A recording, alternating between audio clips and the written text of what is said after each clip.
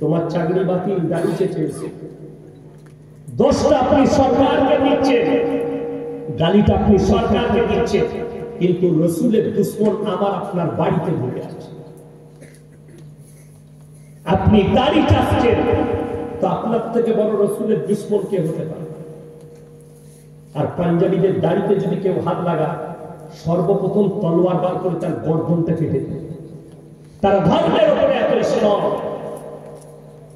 বাস্তব কথা বলছে, মদ খাওয়া কোরআনে স্পর্শ করা হারাম লেখা আছে। এরপরে যদি কোনো মুসলমান মদ খায়, সে আল্লাহর সঙ্গে যুদ্ধ ঘোষণা করলো না করলো? সে আল্লাহর সঙ্গে যুদ্ধ ঘোষণা করলো, রাসূলের সঙ্গে যুদ্ধ ঘোষণা করলো। যারা আপনারা বহরমপুর যান, কলকাতা যান, 4 চাকা গাড়ি নিয়ে, মোটরসাইকেল নিয়ে, যখনই আপনি হাই রোডে পলসনটা মোড় পার করবে, একটা ধাবা আছে, পাপ্পুদা ধাবা, পাঞ্জাবিদের। আমি মাঝে মাঝে ওখানে নাস্তা করি, চা পেরিয়ে অবাক হয়ে যাবে। তারা জানে আমরা যেখানে ব্যবসা করছি এটা মুসলিম প্রধান এলাকা, মুর্শিদাবাদ, এই জায়গায় ব্যবসা করছে, মালদা মুর্শিদাবাদের রোডে। যার কারণে বোর্ড লাগিয়েছে তার হোটেলে মদ খাওয়াটাও নিষিদ্ধ, মদ বিক্রিটাও নিষিদ্ধ, বোর্ড লাগিয়ে দিয়েছে। আর আপনি তার হোটেল ছেড়ে 5 কিলোমিটারের মাথায় মুসলিমদের হোটেল পাবে, হারামখোর মদও খায়, মদও বিক্রি করছে। এটা বাস্তব বলছে, মুসলমান মদও খাচ্ছে, মদও বিক্রি করছে। আপনি গিয়ে দেখে আসুন মালদা জেলে হিরোইন পাচারে কে আছে? মুসলিমদের ছেলে। গাঁজা পাচারে কে আছে? সুজাপুরের অমুক ছেলে জেলে। গাঁজা পাচারে, হিরোইন পাচারে, মদ পাচারে, নেশাদ্রব্য জিনিস পাচারে কে আছে? মুসলিমদের ছেলে জেলে। কেন? শিক্ষা, এডুকেশন আর দিন শিক্ষা। যেটা মোল্লা বলছিলেন যে হারাম হালালের বিচার, এই জিনিসটা যাদের মধ্যে নেই, যে জিনিসটা হারাম তার ব্যবসা কি করে হালাল হতে পারে? যে জিনিসটা ইসলামে হারাম করা হয়েছে তার ব্যবসা ইসলামে বৈধ নয়, এটা লিখে নিয়ে যায়। আজকে কালকে আমাকে প্রশ্ন দিয়েছিল, এলআইসি যারা করেছে তার পয়সাটা কি হবে? এলআইসি থেকে যে সুদটা পাওয়া গেছে ওটা ব্যবহারই করা যাবে, হারাম। ব্যাংকের সুদ হারাম।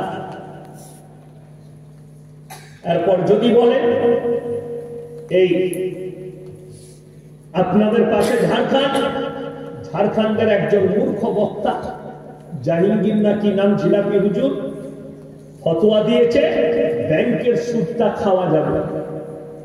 আমি বললাম ও সুদখোর মৌলবি, সুদ খেয়ে মৌলবি পাস করছে, কিন্তু আমাদের কাছে ফতোয়া নিলে ব্যাংকের সুদটাও চলবে না। যদি বলেন ওটা কি করব, সরকারকে ছেড়ে দেবো না, সুদের টাকাটা তুলে নিয়ে গ্রামে রাস্তা হচ্ছে ওইখানে বিছিয়ে, ও প্রস্রাব পায়খানা হচ্ছে, এই টাকাটা লাগিয়ে দেবে, গ্রামের উন্নয়নে লোকরা পায়খানা করবে। কত নোংরা টাকা বুঝতে পারছে? ওটা লাগালে পায়খানা করে লাগানো, প্রস্রাবখানায় লাগানো, মসজিদের প্রস্রাবখানা হচ্ছে, পায়খানা হচ্ছে, লাগিয়ে ভালো কাজে ইউজ করা যাবে না। এত নোংরা টাকা।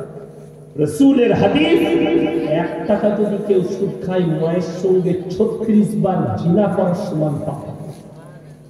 আমি অনুরোধ করে বলে যাচ্ছি, যারা সুদের কারবার করে আজ থেকে ইস্তেগফার করে নেন।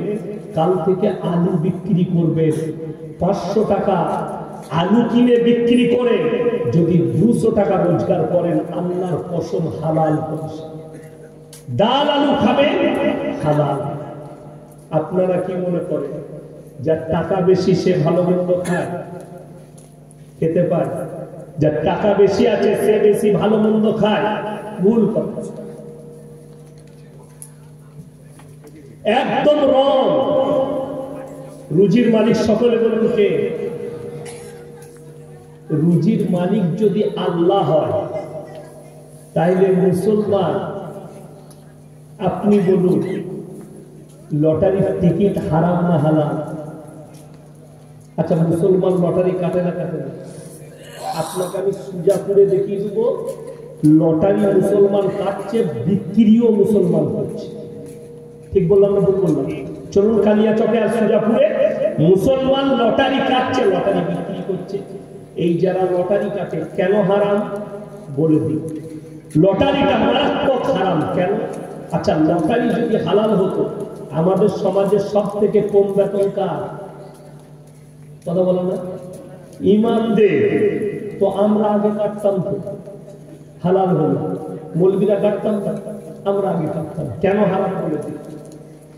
আপনি যদি হাওড়া যান, ইন্টারসিটি এক্সপ্রেসে যান, আর যে গাড়িতে যাবেন যান, 1 নম্বর গেটে বেরুলে দেখবেন গণকা জ্যোতিষীকে যারা হাত দেখা তাদের ইমান ধ্বংস হয়ে যায়।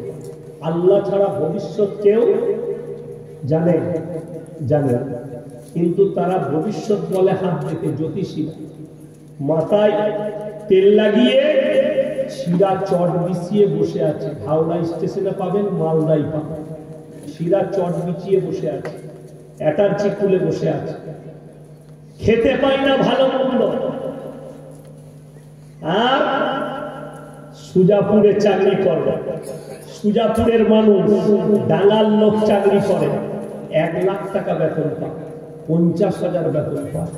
জ্যোতিষীকে গিয়ে হাত দেখাচ্ছে, আমার হাতটা দেখে বলো আমার ভাগ্যটা কেমন যাচ্ছে। সে দেখে বললে ভাগ্য খুব গোলমাল, ভাগ্যর গোলমাল যাচ্ছে, তোমার প্রমোশন আটকে আছে। আপনি বললেন কি করে ঠিক হবে? পাথরটা নিয়ে যাও আংটি, এটা আংটি বানিয়ে পড়বে উপর, তোমার ভাগ্যটা ফিরে যাবে। দুঃখটা কোথায় বলে দিই, সে ছিঁড়া চটে বসে আছে, যে লিখছে সে টেবিলে, ডাইনিং টেবিলে খাবার খায়, তার কর্মচারী খাবার দিয়ে দেয়। আর যে বেচছে সে কি খেতে পায় জানে? মালদায় দেখবেন বালতি করে পরোটা বিক্রি করছে, আর তরকারি স্টেশনে বিক্রি করে না 20 টাকায়। ওই যে কলকাতায় 3টে পরোটা, আনলিমিটেড তরকারি, একটা কাঁচা পেঁয়াজ, একটা কাঁচা লঙ্কা, একটা ডিম, 30 টাকা। ওই মালটা খেতে পাবো। আর যে দিচ্ছে সে টেবিলে বসে কর্মচারীকে বলবে চা নিয়ে আনছি স্যার, একবারও বলতে পারছে না ভাগ্যের পাথরটা তোর গলায় বান, তুই ছিঁড়া চটে বসে আছিস, কাল থেকে মমতা খালার পাশে বসে।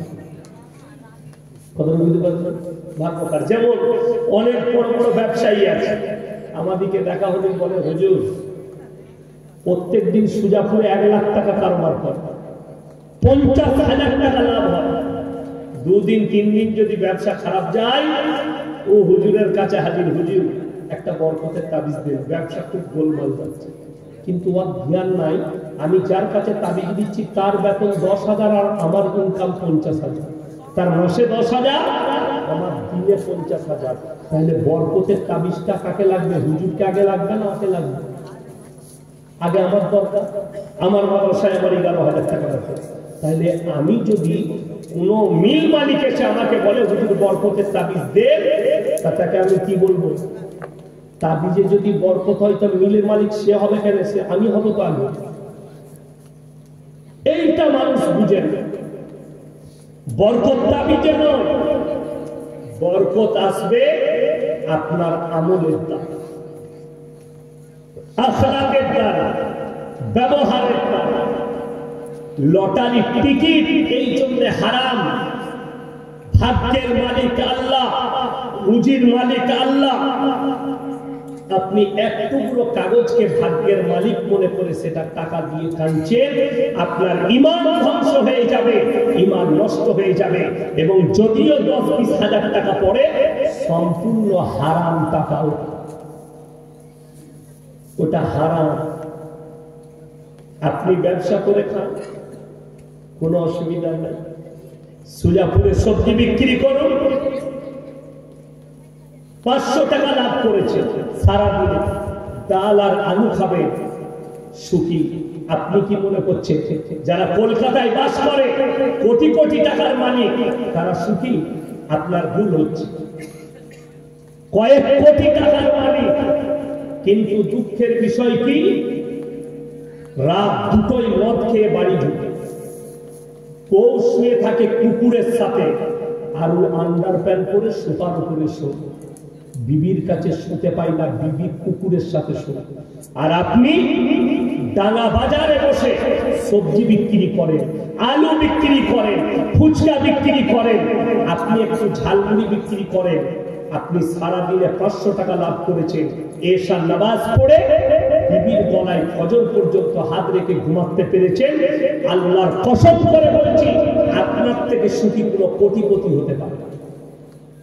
এটা মাথায় রাখবেন। হালাল রুজি আপনাকে বলে দিই, আমাদের কাছে পয়সা নাই, কিছুই নাই, একটা ইমাম, তার কি আছে? কিন্তু রাসূলের হাদিস কত সত্য। আল্লাহ নবী 1400 বছর আগে বললেন, হে আমার সাহাবীরা শোনো, আল্লাহর রাস্তায় দ্বীনের পথে যারা থাকবে মৃত্যুকাল পর্যন্ত আল্লাহ তাদেরকে ইজ্জতের রুজি দান করবেন। জোরে বলুন সুবহানাল্লাহ। আল্লাহ তাদেরকে ইজ্জতের রুজি দিবেন। ইমামকে 6000 বেতন দিচ্ছেন, ইমামকে 10,000 বেতন দিচ্ছেন। ইমাম সাহেবকে আল্লাহ এত বরকত দিয়েছে যে ইমাম সাহেবের বউকে রাস্তায় বেরিয়ে গ্রুপ লোন, বন্ধন লোন করতে হয়। আর আপনার 20,000 রোজগার, 30,000 টাকা রোজগার, তাতেও বরকত নাই। আপনার বউকে রাস্তায় বার করেছেন গ্রুপ লোন লিগার, বন্ধন লোন। আল্লাহর কাছে কাঁদুন, আল্লাহ আমার উপরে নারাজ যে আমি 30,000-এ বরকত পাই নাই।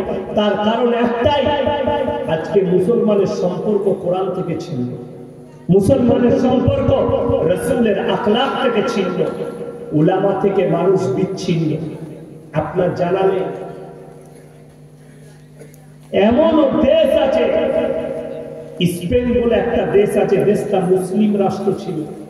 বর্তমানে সেই দেশে মসজিদ আর মাদ্রাসাগুলো মদের বার আর দেহ ব্যবসার আড্ডা। খালি মুসলমানের অবহেলা করার কারণে মায়ানমারে আং সান সু কি সরকার নির্মলভাবে হত্যাকাণ্ড চালিয়েছে মুসলিম রোহিঙ্গা মুসলিমের উপর। একজন উস্তাদে মুহতারাম আমার উত্তরপ্রদেশের হযরত মাওলানা মুফতি ইউসুফ সাহেব তাওবি, তিনি মায়ানমার কয়েকবার সফর করেছেন। আমি হযরতকে জিজ্ঞেস করলাম, হযরত কা বাত? तो बोले भाई मैंने सफर किया, वहां का जो मुसलमान थे वो मुसलमान नहीं, जंगली की तरह मस्जिद वीरान है, कोई नमाज नहीं पढ़ता, मदरसा है, कोई मदरसा में आते नहीं, 2-4 बच्चे हैं, 2-10 बच्चे हैं जिनको समझाया गया, बाकी सब के सब बददीन है, दीन से कोई ताल्लुक नहीं, कुरान से कोई ताल्लुक नहीं, उलामाओं से कोई ताल्लुक नहीं। শুনে রেখে দিন, কোরআনে আছে মুসলমান যখন দিন থেকে সরে যাবে, রাসূলের আখলাক থেকে সরে যাবে, ইসলাম থেকে সরে যাবে, আল্লাহ তাদের কাছে অত্যাচারী বাদশা পাঠিয়ে বলবেন। অত্যাচারী বাদশা তাদের কাছে পাঠানো হবে, আর আল্লাহ এইভাবে বদলা দিবে। আমার মুসলমান ভাই অনুরোধ করে বলে যাচ্ছি, সবাই নিয়ত করুন, আজ থেকে আমরা দ্বীনের উপরে প্রতিষ্ঠিত হব। জোরে বলুন ইনশাআল্লাহ। বেঈমান কাফেররা যে সাজিশ করেছে, যে জাল ছুঁড়েছে, মুসলমান জালের ভিতরে ঢুকে গেছে, বেরোবার ক্ষমতা আপনি বেরোতে পারবেন না। ভেবে দেখুন, পৃথিবীতে 250 কোটি মুসলমান, 47টা মুসলিম রাষ্ট্র আছে, তারপরেও মাত্র 90 লাখ ইহুদি আর 250 কোটি। কতটা পার্থক্য বুঝতে পারছেন? আসমান আর জমিনের পার্থক্য। সেই জায়গায় এমন 10টা মুসলিম রাষ্ট্র আছে যারা সরাসরি আমেরিকার সঙ্গে যুদ্ধ করতে পারে, সামরিক হাতিয়ার আছে, সামরিক বাহিনী আছে, অথচ নিরীহ মুসলমান ফিলিস্তিন গাজায় দাঁড়িয়ে মার খাচ্ছে। 42,000 শিশু মারা গেছে 1 বছরের ভেতরে, এবং নিরীহ মানুষ মারা গেছে 35 থেকে 40,000, 80,000 থেকে 1 লাখ মানুষ খালি মারা গেছে গাজায় আর ফিলিস্তিন। গোটা পরিবার ধ্বংস হয়ে গেছে, সব শেষ। তিনটে বাচ্চা আর মা বেঁচে আছে, 15 দিন খাবার পাইনি। মা মিডিয়ার সামনে বলছে, আল্লাহ যদি মানুষের মাংস খাবার জায়েজ করত, আমি মা আমার শরীরের মাংসগুলো কেটে রান্না করে আমি আমার বাচ্চাদিকে খাওয়াতাম। গোটা পৃথিবী নীরব হয়ে দাঁড়িয়ে আছে, সবাই চুপচাপ। আপনি কি মনে করেছেন এই চিঙ্গারিটা শুধু মিডিল ইস্টে থাকবে? গোটা পৃথিবীতে চিঙ্গারি ছড়াবে। কিয়ামতের আলামত গুলো প্রকাশ হতে শুরু হয়ে গেছে। আমি সাবধান করে যাচ্ছি, যারা এখন বেঁচে আছেন, আল্লাহ হায়াতে রেখেছে, আপনি আপনার সন্তানকে সুশিক্ষা দেন, কোরআনের চর্চা করান, তিনি শিক্ষার উপরে প্রতিষ্ঠিত করুন। আপনার বাড়িতে কোরআনের তালিম শুরু করুন, আপনার বাড়িতে কোরআন রাখুন, কোরআন পড়ুন। আল্লাহ বরকত দেয় সেই বাড়িতে যে বাড়িতে নামাজ আছে। রাসূলের হাদিস, যারা 5 ওয়াক্তের নামাজ পড়বে আল্লাহ তাদেরকে মৃত্যুকাল পর্যন্ত তাদের রুজিতে কোনোদিন কমি দিবে না। জোরে বলুন সুবহানাল্লাহ। রুজিতে কমি মানে এটা নয় যে আপনার কাছে কোটি কোটি টাকা আসবে না, হালাল রুজিটা হচ্ছে মেটার। আপনি যেখানেই থাকুন ইজ্জতের রুজি, হালাল রুজি যেন আপনার কাছে পৌঁছায়, এটা ইসলাম মেটার করছে,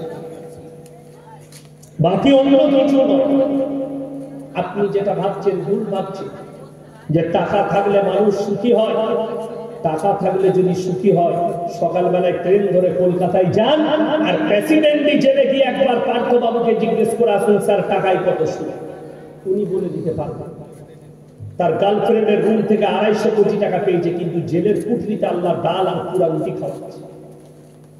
আর আপনি ইজ্জতের সঙ্গে দাস্তারখানে বিবির ফসানো ভাত খেতে পারছেন, এর থেকে বড় কি আছে?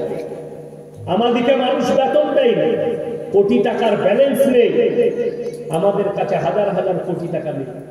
আমি কালকে দিনের বেলায় আমার প্রোগ্রাম ছিল আসানসোল, একবারই বাজারে জামুরিয়া। আমার এক কাছের মানুষ, অন্তরের মানুষ, শিল্পপতি সাদরুদ্দিন ভাই 20টা মেয়ের বিয়ে দিলেন, 20টা মেয়ের বিয়ে খরচা করে। আমার ইনভাইট ছিল, গেলাম। আমি তো ছোটখাটো মানুষ, সেখানে মন্ত্রীরা আছে, এমএলএরা আছে, সভাধিপতি আছে, সব দামি দামি লোক। আসানসোলের হাইকোর্টের উকিল বাবু ছিলেন। আমি খুব খুশি হলাম, এত সব লোক এসেছে। হিন্দু মুসলিম সব ছিল বিয়ের লোক, শুধু মুসলিম তা না। তো খুব সুন্দর লাগলো প্রোগ্রামে গিয়ে। আমি গেলাম, আমাকে বডিগার্ড দিয়ে নিয়ে গেল গাড়ি থেকে, স্টেজে বসলাম। তো উকিল বাবু বলল, আমি খুশি হলাম। ওই হাইকোর্টের উকিল বললে, এই স্যারকে আমি টিভিতে দেখেছি, মোবাইলে দেখেছি, আজকে আমি সরাসরি দেখে খুব খুশি হলাম, ইনার বক্তব্য শুনি। আমি মনে মনে ভাবলাম, আল্লাহ তোমার শুকর আদায় করছি। ওখানকার একজন বড় নেতা মুসলিমদের, তিনিও বললেন যে আমি ভাগ্যবান যে আমি আজ সরাসরি দেখতে পাবো ইনাকে, এটা ভাবিনি। আজকে আমার ভাগ্য হলো ইনাকে সরাসরি দেখতে পেলাম। আমি আল্লাহ শুকর আদায় করলাম যে আল্লাহ রাসূলের হাদিস কত সত্য, যে দিনের ওপরে আর ইসলামের ওপরে যারা প্রতিষ্ঠিত থাকবে, আল্লাহর রাস্তায় যারা থাকবে, আল্লাহ মৃত্যুকাল পর্যন্ত ইজ্জতের রুজি দান করবেন। আমি আল্লাহ শুকর আদায় করলাম, আল্লাহ এটা তোমার তরফ থেকে। আমার কাছে টাকা নাই, বডিগার্ড নাই, বন্দুক নাই, পাওয়ার নেই, আল্লাহ ইজ্জত তুমি দান করেছো। আর ওই মানুষগুলোর শুকর আদায় করলাম। বহু খিদমত করে আমার সাদরুদ্দিন ভাই, অনেক খিদমত। একটা এমন একটা খিদমত করছে যেটা আমি এখানে প্রকাশ করব, রেকর্ডিং হচ্ছে, চলে যাবে, অসুবিধা হতে পারে সমাজের মধ্যে, ওই জন্য আমি ওটা প্রকাশ করব না। কিন্তু যখন যে খিদমতটার জন্য বলি, আমার ডাকে সাড়া দেয়। ফোনে প্রায় কথা হয় ওনার সাথে। আজকেই ফোন করেছিলেন, আমার প্রোগ্রাম কেমন লাগলো? আলহামদুলিল্লাহ খুব ভালো। আমি ওখানে একটা কথা বলে এসেছি, আজকে আবার আপনাদেরকে বলে দিই। আমি একটা কথা বললাম যে ইস ঘর কো আগ লাগি ঘর কি চিরাগ, মুসলমান তোমরা নিজেদের ঘরে নিজের আগুন ধরিও। আমি অনেক বক্তাকে দেখতে পাই, আমাদের অনেক মৌলবীকে দেখতে পাই, স্টেজে চেপে অন্য ধর্মের দেবদেবীর জন্য কুরুচিকর মন্তব্য। এটা শোভনীয় নয়। কোরআন স্পষ্ট নিষেধ করেছে, ওয়ালা তাসুবুল্লাযীনা ইয়াদউনা মিন দুনিল্লাহি ফায়াসুবুল্লাহা আদওয়াম বিগাইরি ইলম। তোমরা কারো দেবদেবীকে গালি দিও না, কারো ধর্মকে গালি দিও না, অজ্ঞাত অবস্থায় সে তোমার আল্লাহকে গালি দিবে। আপনি ক্রিটিসাইজ করতে পারেন না কারো ধর্ম, আপনি নিজের ধর্মের প্রচার করুন। আল্লাহ যাকে হিদায়াত দিবে সেই একমাত্র হিদায়াত পাবে, ঠিক কিনা কথা বলে? আল্লাহ যাকে হিদায়াত দিবে, দেখুন আমি জানিও না যে উনি হাইকোর্টের আসানসোল কোর্টের সব থেকে বড় উকিল, কিন্তু তিনি আমাকে চিনেন, আমি চিনি না। কি করে চিনেছেন? মোবাইলের দ্বারা। নিশ্চয় আমার বক্তব্য তিনাকে ভালো লেগেছে, নিশ্চয় আমার কথা তিনার মনে ধরেছে, ওই জন্য তিনি আমার প্রশংসা করলেন। তো আল্লাহ যদি হিদায়াতের মালিক হয়, আল্লাহ ওনাকে হিদায়াত দিবেন। কথাটা ঠিক কিন্তু কত বেঈমান কাফের আপনারা বলুন। মাইকেল জ্যাকসনের মতো ব্রেক ড্যান্সার পৃথিবী শ্রেষ্ঠ, তাকে কে দাওয়াত দিতে দিয়েছে? কেউ দাওয়াত দেয়নি, আল্লাহ কবুল করে নিয়েছে, দিনের জন্য কবুল করেছে। আপনার পাকিস্তানের একজন ক্রিকেটার, খ্রিস্টানদের ইউসুফ ইউহানা, এখন তার নাম হচ্ছে মোহাম্মদ ইউসুফ, কালমা করে মুসলমান হয়েছে। পৃথিবীর শ্রেষ্ঠ বক্সিং ফাইটার, তাকে কেউ তলোয়ার লাগায়নি, ইসলাম কবুল করে নিয়েছে। আপনি কার কথা শুনছেন? দু চারটা পাখান্ডি বাবা, দু চারটা পাখান্ডি কথা বলছেন নবীজির বিরুদ্ধে, আল্লাহর বিরুদ্ধে, আপনি তার কথা শুনছেন। জেনে রেখে দিবে, এইগুলো হচ্ছে পাখান্ডি লোক, এদের কোনো সমাজে মূল্য নাই। আপনি এদের কমেন্ট গুলো পড়ে দেখবেন, বেশিরভাগ লোক এদিকে গালি দেয়, খারাপ মন্তব্য করে। জ্যোতি নরসিংহা যে প্রতিনিয়ত গালি দেয়, এই লোকটা, এই যেমন আপনার কলকাতার একটা উকিল, না কি নাম, উকিল কে যে বানিয়েছে জানি না, নাজিয়া ইলাহি খান, প্রতিনিয়ত গালি দেয়। ইসলামকে, কোরআনকে, দাড়িকে, টুপিকে, মৌলবিদিকে গালি দেয়। আমি সেদিনে দুটো কথা বলেছি, আমার ভিডিওটাকে কাটিং করে আবার ছেড়েছে। সে বলেছে এ মৌলবি বলছে আমাকে বাংলা থেকে তাড়াবে।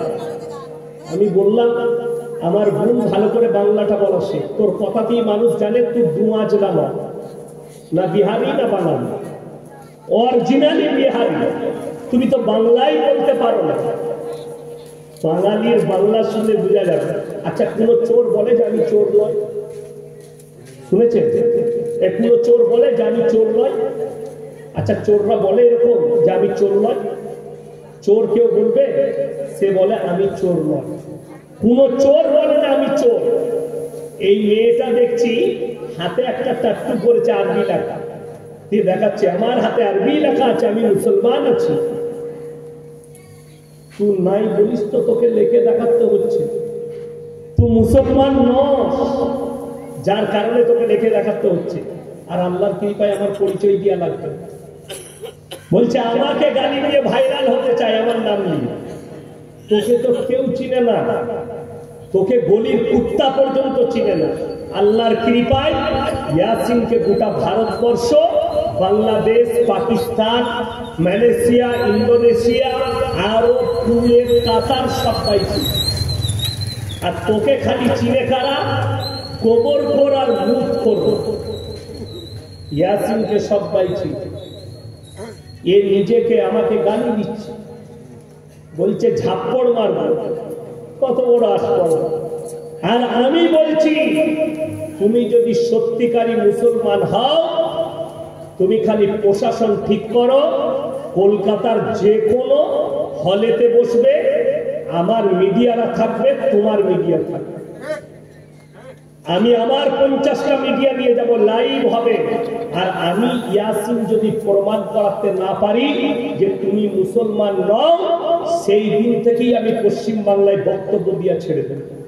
আমি কোরআনের দলিল দিয়ে, কোরআন আর হাদিস নিয়ে বসে আমি এই নাজিয়া ইলাহি খানকে প্রমাণ করে দেবো এটা মুসলমান না। এটা চ্যালেঞ্জ। এও হচ্ছে ওই তসলিমা নাসরিনের মতনই হারামের আল্লাহ। তসলিমা নাসরিন, তাকে যে মুসলমান ভাববে তার ঈমান চলে যাবে, কিন্তু জন্ম নিয়েছে বলছে মুসলিম ঘরে। শুনেলেন একটা বইয়ের নাম হচ্ছে লজ্জা, বইটার নাম কি বললাম? লজ্জা। এটার লেখক হচ্ছে তসলিমা নাসরিন। সেই বইয়েতে লিখেছে, আমি আমার মাকে আমার চাচার মশারিতে দেখেছি। এটা নিজে লিখেছে। যে নিজের পরিচয় নিজে দিচ্ছে যে সে হারামের আওলাদ, তাকে বলা কি লাগে? আর শুনে নেন, রাসূল সাল্লাল্লাহু আলাইহি ওয়াসাল্লামকে যতজন গালি দেয় 100 to 100% সে হালালের হতে পারে না, সে হারাম সন্তান। যতজন গালি দেয়, যতজন দিয়েছে। কুকুর দুটো কন্ডিশনে চিল্লায়, কটায়? কুকুর চিল্লায় কটা কন্ডিশনে? দুটো। এক, যখন কুকুর পাগল হয়ে যায় তখন চিল্লায়। তৃতীয়, কুকুরের মালিক যদি পেছনে দাঁড়িয়ে থাকে তখন কুকুর চিল্লায়। কলকাতায় দেখবে সকালবেলায় বড় লোকরা গলায় চেনটা ধরে আছে কুকুরের বেলটা, সাথে করে র্যাপ রাইড করতে যাচ্ছে, মর্নিং ওয়াক। লোক দেখলেই সেই কুকুরটা কিন্তু বুক বুক বুক করে চিল্লায়। সে জানে মালিক দাঁড়িয়ে আছে, আমাকে মারতে পারবে। কিন্তু রাস্তার একটা কুকুর যদি চিল্লায় তাকে লোকে পাথর মারবে না? মারবে না। ওই জন্য রাস্তার কুকুর মানুষ দেখলে চিল্লায়। समझदारों के लिए इशारा काफी। कुत्ता दो कंडीशन में भोगता है, एक तो वो पागल हो चुका है, दूसरा उसका मालिक पीछे खड़ा है। यासीन আল্লাহর গোলাম, আমি কোন রাজনৈতিক দলের গোলাম নই। আর তুমি নাজিয়া ইলাই খান, তুমি এমন কুত্তা ভোগছো, তোমার পেছনে তোমার গলার পাট্টিটা দিয়ে একজন দাঁড়িয়ে আছে, মালিক দাঁড়িয়ে আছে বলে তুমি ভুগছো। তোমার পেছনে মালিক না থাকলে তুমি চিল্লাতে পারছো না। বড় কষ্ট লাগে। প্রতিনিয়ত আলেম দিকে গালি, কোরআনকে গালি, কোরআনের বিরুদ্ধে কথা, আর সে বলছে আমি মুসলমান আছি। বড় দুঃখের বিষয়। এরা গালি দিচ্ছে আর আপনারা মনে করছেন ইসলাম মিটে যাবে, কোরআন মিটে যাবে। এই কজনের জন্য আল্লাহর কসম খেয়ে বলছে, কোরআনে আল্লাহ নিজে ওয়াদা করেছে। আল্লাহর ওয়াদা কি আছে? ওয়ালান তাজিদা লিসুন্নাতিল্লাহি তাবদীলা। কিয়ামত পর্যন্ত আমার বিধানে একটা জের জবরকে পরিবর্তন করার ক্ষমতা পৃথিবীর কোন শক্তির নাই। জোরে বলুন সুবহানাল্লাহ। শুধু তাই নয়, এই কোরআনটা দেখছে, এই কোরআনকে আল্লাহ অবতীর্ণ করেছেন। যদি মনে করেন এই কোরআনটা জুজদানের মধ্যে লেপটি আলমারিতে রেখেছি, আমি কোরআনের হেফাজত করছি, ভুল। এই কোরআনকে আল্লাহ অবতীর্ণ করেছে। আল্লাহ নিজে কোরআনে বলেন, ইন্না নাহনু নাযালনা যিকরা ওয়া ইন্না লাহুল হাফিজুন। আমি আল্লাহ কোরআনকে অবতীর্ণ করেছি, আর এই কোরআনের হেফাজতের দায়িত্ব আমি আল্লাহ নিজে নিয়েছি। সুবহানাল্লাহ।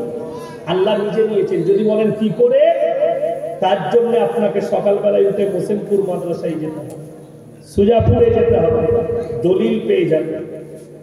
এই কোরআনটাকে আল্লাহ তাআলা এই কাগজের মধ্যে হেফাজত করেন। আপনি বলুন, যদি এই গ্রামে বন্যা চলে আসে, সব ঘর ডুবে যায়, এই কোরআনগুলো ডুববে না? ডুববে। নষ্ট হবে না? হবে না। নষ্ট হয়ে যাবে, কাগজগুলো পচে যাবে, এগুলো। কিন্তু আল্লাহর কসম, তারপরও কোরআনকে নিয়ে 200 বছর রাজত্ব করেছে ইংরেজের বাচ্চারা এই ভারতের মাটিতে। গুজরাটের গোমতী নদীর তীরে 10 থেকে 20 লাখ কোরআনকে জ্বালিয়েছে আগুন ধরে ইংরেজরা। শাহ আব্দুল আজিজ মুহাদ্দিস দেহলভী রাহমাতুল্লাহ আলাইহি তিনি বললেন, এই ইংরেজের বাচ্চারা, তোমরা যদি মনে করো এই 20 লাখ কোরআনকে জ্বালিয়ে আর 20 কোটি কোরআনকে জ্বালিয়ে ইসলামকে মিটিয়ে দিবে, তো এটা তোমাদের স্বপ্ন। বললে কেন? এই কোরআনকে আল্লাহ এই কাগজের মধ্যে হেফাজত করেননি, আল্লাহ নিজে দায়িত্ব নিয়েছে। তাহলে শোনো, এই কোরআনটা একটা হাফিজে কোরআন নিয়ে এসে দাঁড় করিয়ে দেন। 30 পারা কোরআন একটা হাফিজে কোরআনের সিনেতে আল্লাহ গেঁথে দিয়েছেন। জোরে বলুন সুবহানাল্লাহ। আচ্ছা, সিনে থেকে কখনো কোরআন মিটবে? মিটবে না। আর এরা বলছে কোরআনকে মিটিয়ে দিন।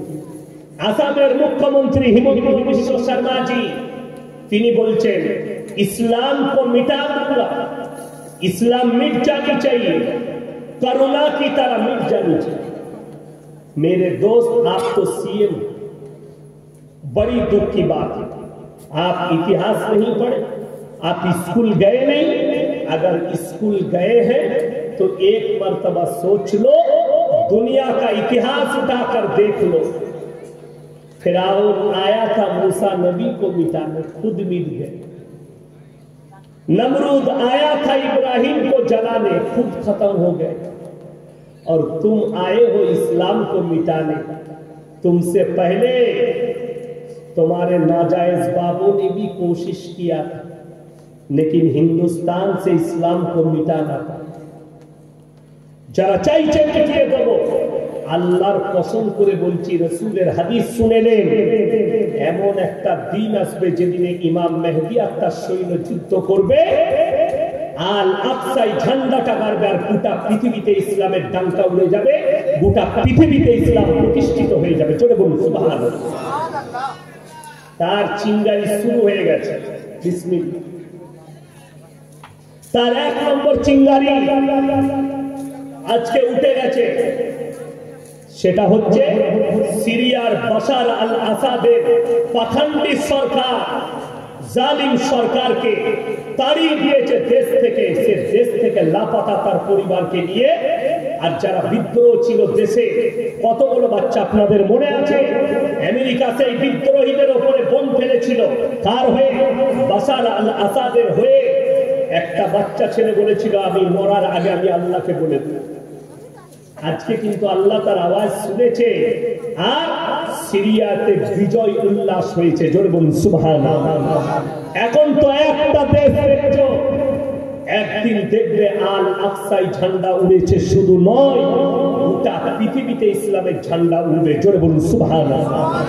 যারা চাইছে ইসলামকে মিটিয়ে দেবো, তারা কান খুলে শুনে নাও, इस्लाम मिटने वाला कोई चीज नहीं है, इस्लाम फैलने वाला चीज है। ইসলামটা মিটে যাওয়ার জিনিস নয়, ইসলাম প্রচারের জিনিস। যত গালি দিবে প্রচার তত বাড়বে।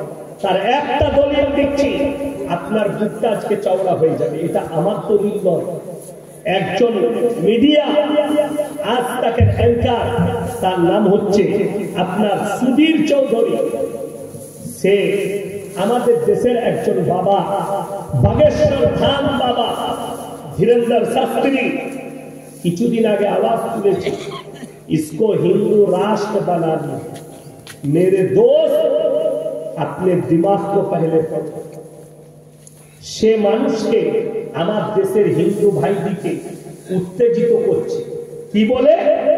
মুসলমান সে নাতা মত জোড়ো, মুসলমান সে সম্পর্ক মত রাখো।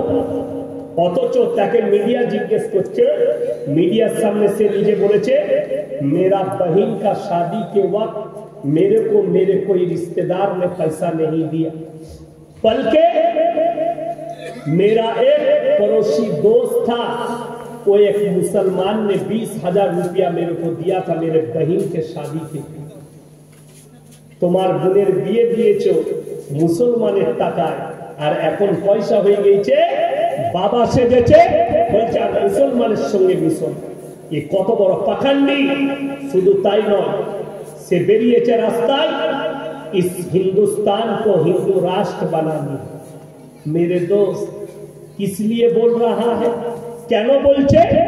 একে মিডিয়া ওয়ালারা ডেকেছিল, তাকে বলছে শোনো, 2015 থেকে 2021 পর্যন্ত এই ভারতে কতগুলো মানুষ ইসলামকে গ্রহণ করেছে, কতগুলো মানুষ সনাতনীকে গ্রহণ করেছে, এটার হিসেব তিনি হিসেব দিলেন।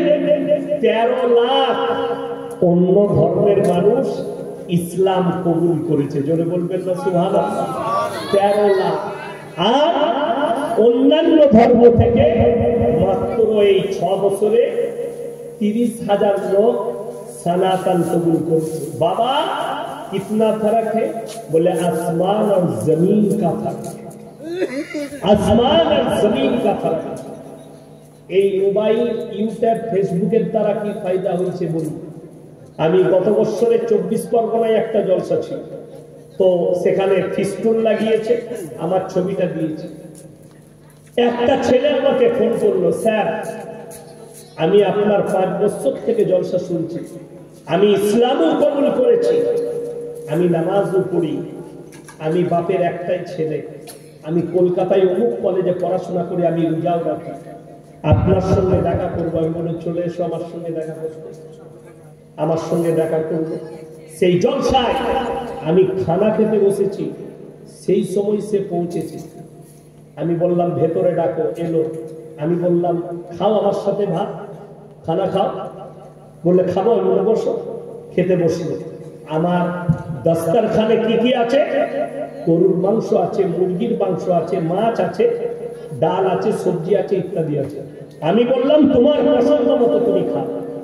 বললো স্যার আমি গরুর মাংস খাই। বললো খা, তোমার যেটা ইচ্ছা দেবে তুলে খাও।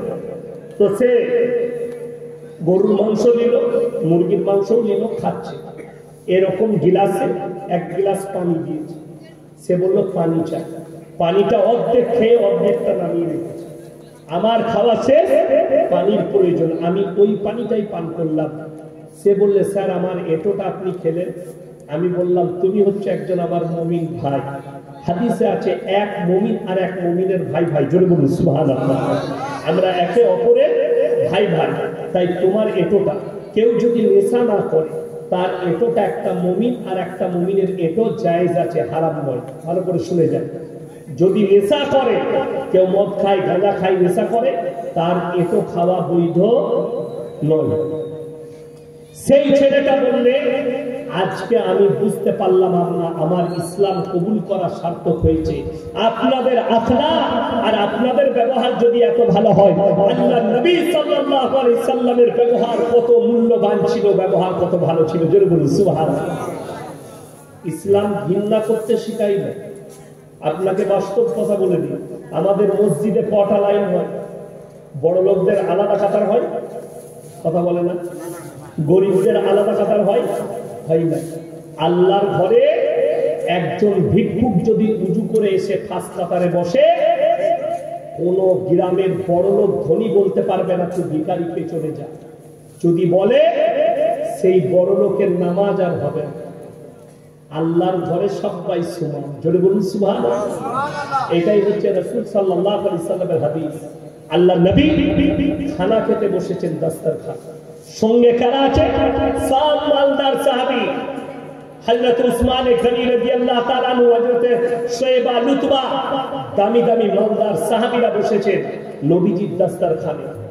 মসজিদে নববীর এক কোণে বসে আছেন গরিব কিতদাস, লোকের বাগানে কাজ করে, সাইয়্যিদনা বেলাল হাবশী রাদিয়াল্লাহু তাআলা আনহু বসে চোখের পানি ফেলাচ্ছে যে আমার মতো একজন গরিবকে, কিতদাসকে আল্লাহ নবী কি এই মালদার সাহাবীদের দস্তরখানে ডাকবেন? নবীজি আওয়াজ দিলেন, হে বেলাল হাবশী, তুমি আমার দস্তরখানে না বসা পর্যন্ত আমার দস্তরখান আল্লাহর কাছে মকবুল হবে না। জোরে বলুন সুবহানাল্লাহ। দেখে বস করালেন, বসো আমার দস্তরখানে। এত মূল্যবান জিনিস, ইসলামে ঘৃণা নাই, জাত বিচার নেই। আর আপনি চলুন যে কোনো মন্দিরে তিনটে লাইন, ভিআইপিদের আলাদা, মধ্যবিত্তের আলাদা, তার থেকে কম আলাদা। আমাদের দেশে অনেক এরকম পাবে, মুসলিমদের মধ্যে নাই, আছে এক শ্রেণীর কে পীর। আপনি যান কলকাতায়, 24 পরগনায়, মালদায়, বর্ধমানে, হাওড়া, হুগলি, বীরভূমে এমন এমন পীর আছে, তাদের কাছে যদি মুলাকাত করতে যান, যে টাকা বেশি দিবে তার সাথে হাতটা জাপটিয়ে ধরে সালাম আলাইকুম, ভালো আছেন ভাই, তার মুলাকাত আলাদা। যে বেচারা গরিব 10 টাকা দিবে, টাকাটা 10 টাকা তার দিকে তাকাবেন, চেনে রেখে দিবেন। এইগুলো হচ্ছে পীর নয়, কানা দাজ্জাল আর রাসূলের দুশমন। আল্লাহ নবী সাল্লাল্লাহু আলাইহি সাল্লাম সকলকে এক চোখে দেখেছেন, দু চোখ করেন। যে এসছে সামনে দস্তরখানে বস করিয়েছে, নবীজি মুনাফিককে পর্যন্ত দস্তরখানে বস করিয়েছে, নবীজি কাফেরকে পর্যন্ত বস করিয়েছে। বসো, ঘৃণা করেন, যার কারণে ইসলাম আপনার কাছে পৌঁছেছে। বদলা নিতে শিখবেন না, বদলা নিতে। আমার মনে পড়ে অনেক দিন আগে আমি এখানে এসেছি, এখানে এই গ্রামে আমি জলসা করেছি, আমি আর গোলাম মোহাম্মদ মোর্তজা সাহেবের বেটা ছিল, মনে পড়ে। এই মালদায় আমি যখন বাসে ট্রেনে আসতাম আমি জলসা করে গেছি। এমন এক জায়গায় গিয়েছিলাম, যদিও নামটা করবো না, জলসার স্টেজে বায়ান চলছে, বায়ান শেষ, দোয়া হবে, এই মুহূর্তে জলসার প্যান্ডেলে একজনকে গুলি করে দিয়ে চলে। আমি তাড়াতাড়ি পালিয়ে গেলাম, দোয়াও হলো না, ছেড়ে পালিয়ে গেল সব। সে লুকিয়ে পড়ে গেল, মারা গিয়েছিল। তারপর একদম পিঠে গুলি করেছিল স্টেজের মধ্যে। কে? মুসলমান মুসলমানকে। আজকে দুঃখের বিষয়, আপনি কোরআনের সঙ্গে সম্পর্ক রাখুন, আল্লাহর কসম করে বলছে আপনার কাছে কোনো বিপদ আসে না। কোরআনের সাথে মৃত্যু ছাড়া কোনো বিপদ আপনাকে স্পর্শ করবে না। আজকে আপনি তাকিয়ে দেখুন, কিয়ামতের আলামত আরব দুনিয়া থেকে শুরু হয়ে গেছে। কিয়ামতের আলামত 1 মাস আগে, 15 থেকে 20 দিন আগে আরবের মাটিতে রিয়াদে একটা কনসেপ্ট হয়েছে। সেই কনসেপ্টে আরবের বাদশা বসে আছে, সালমান প্রিন্স, আর তাদের রাজবংশ বসে আছে, দামি দামি শেখরা বসে আছে। সেখানে এই যে আমি জলসা করছি, পেছনে স্ক্রিনার দিয়েছে, স্ক্রিনে ফটো উঠছে, যেমন এই মেয়েরা দেখছে আমাদের ছবিগুলো, ওই রকম স্ক্যানার দিয়ে আছে দামি, যেখানে ছবি উঠছে।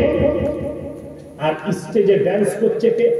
যে স্ক্যানারটা দিয়েছে সেটা হচ্ছে কাবা ঘর। স্ক্যানারটা কি বললাম? কাবা ঘর। আর স্টেজে যে মেয়েটা ড্যান্স করছে সে পৃথিবীর সব থেকে ন্যাংটো মেয়ে, যার নাম হচ্ছে জেনিফার লপেজ। ন্যাংটো অবস্থায় ড্যান্স করছে, আর তার ছবিটা ওই কাবা ঘরের স্ক্যানারে উঠছে। আর এরা বসে হাততালি দিচ্ছে। কেউ প্রতিবাদ করলে, কোনো আরবের শেখ মৌলবি যদি প্রতিবাদ করে, তাকে হাসিনার মতো গুম করে দেয় আরবের বাদশা, জেলের কুঠরিতে ভরে দেয়, সুট পয়জন দিয়ে মেরে দেয়, যেন আমার বিরুদ্ধে প্রতিবাদ না করতে পারে। আপনারা তাকিয়ে দেখবেন, যারা মক্কায় যাবে, মক্কায় একটা দামি ইমাম ছিল, আব্দুর রহমান সুরেন, তাকে খালি বাদ দেওয়া হয়েছে, খালি খুতবা দিয়েছিল কার বিরুদ্ধে? বাদশার বিরুদ্ধে, বেঈমান কাফেরের বিরুদ্ধে ফতোয়া দেওয়ার কারণে তাকে ইমাম থেকে বাতিল করে দিয়েছে আরবের বাদশা সালমান প্রিন্স। ক্ষমতার জন্য এর ক্ষমতাচ্যুত হবে। এও একজন জালিম বাদশা।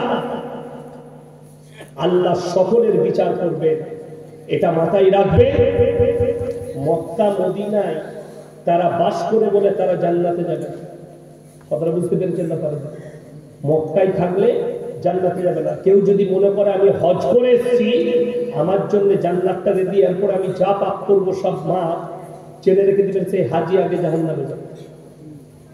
আপনি উমরা করে এসেছেন, এখন তো আমাদের দেশের রোগ হয়ে গেছে, উমরা করে আসছে তাকে হাজি বলতে হবে, না রাগ করবে। ঠিক বললাম না? ভুল বললাম?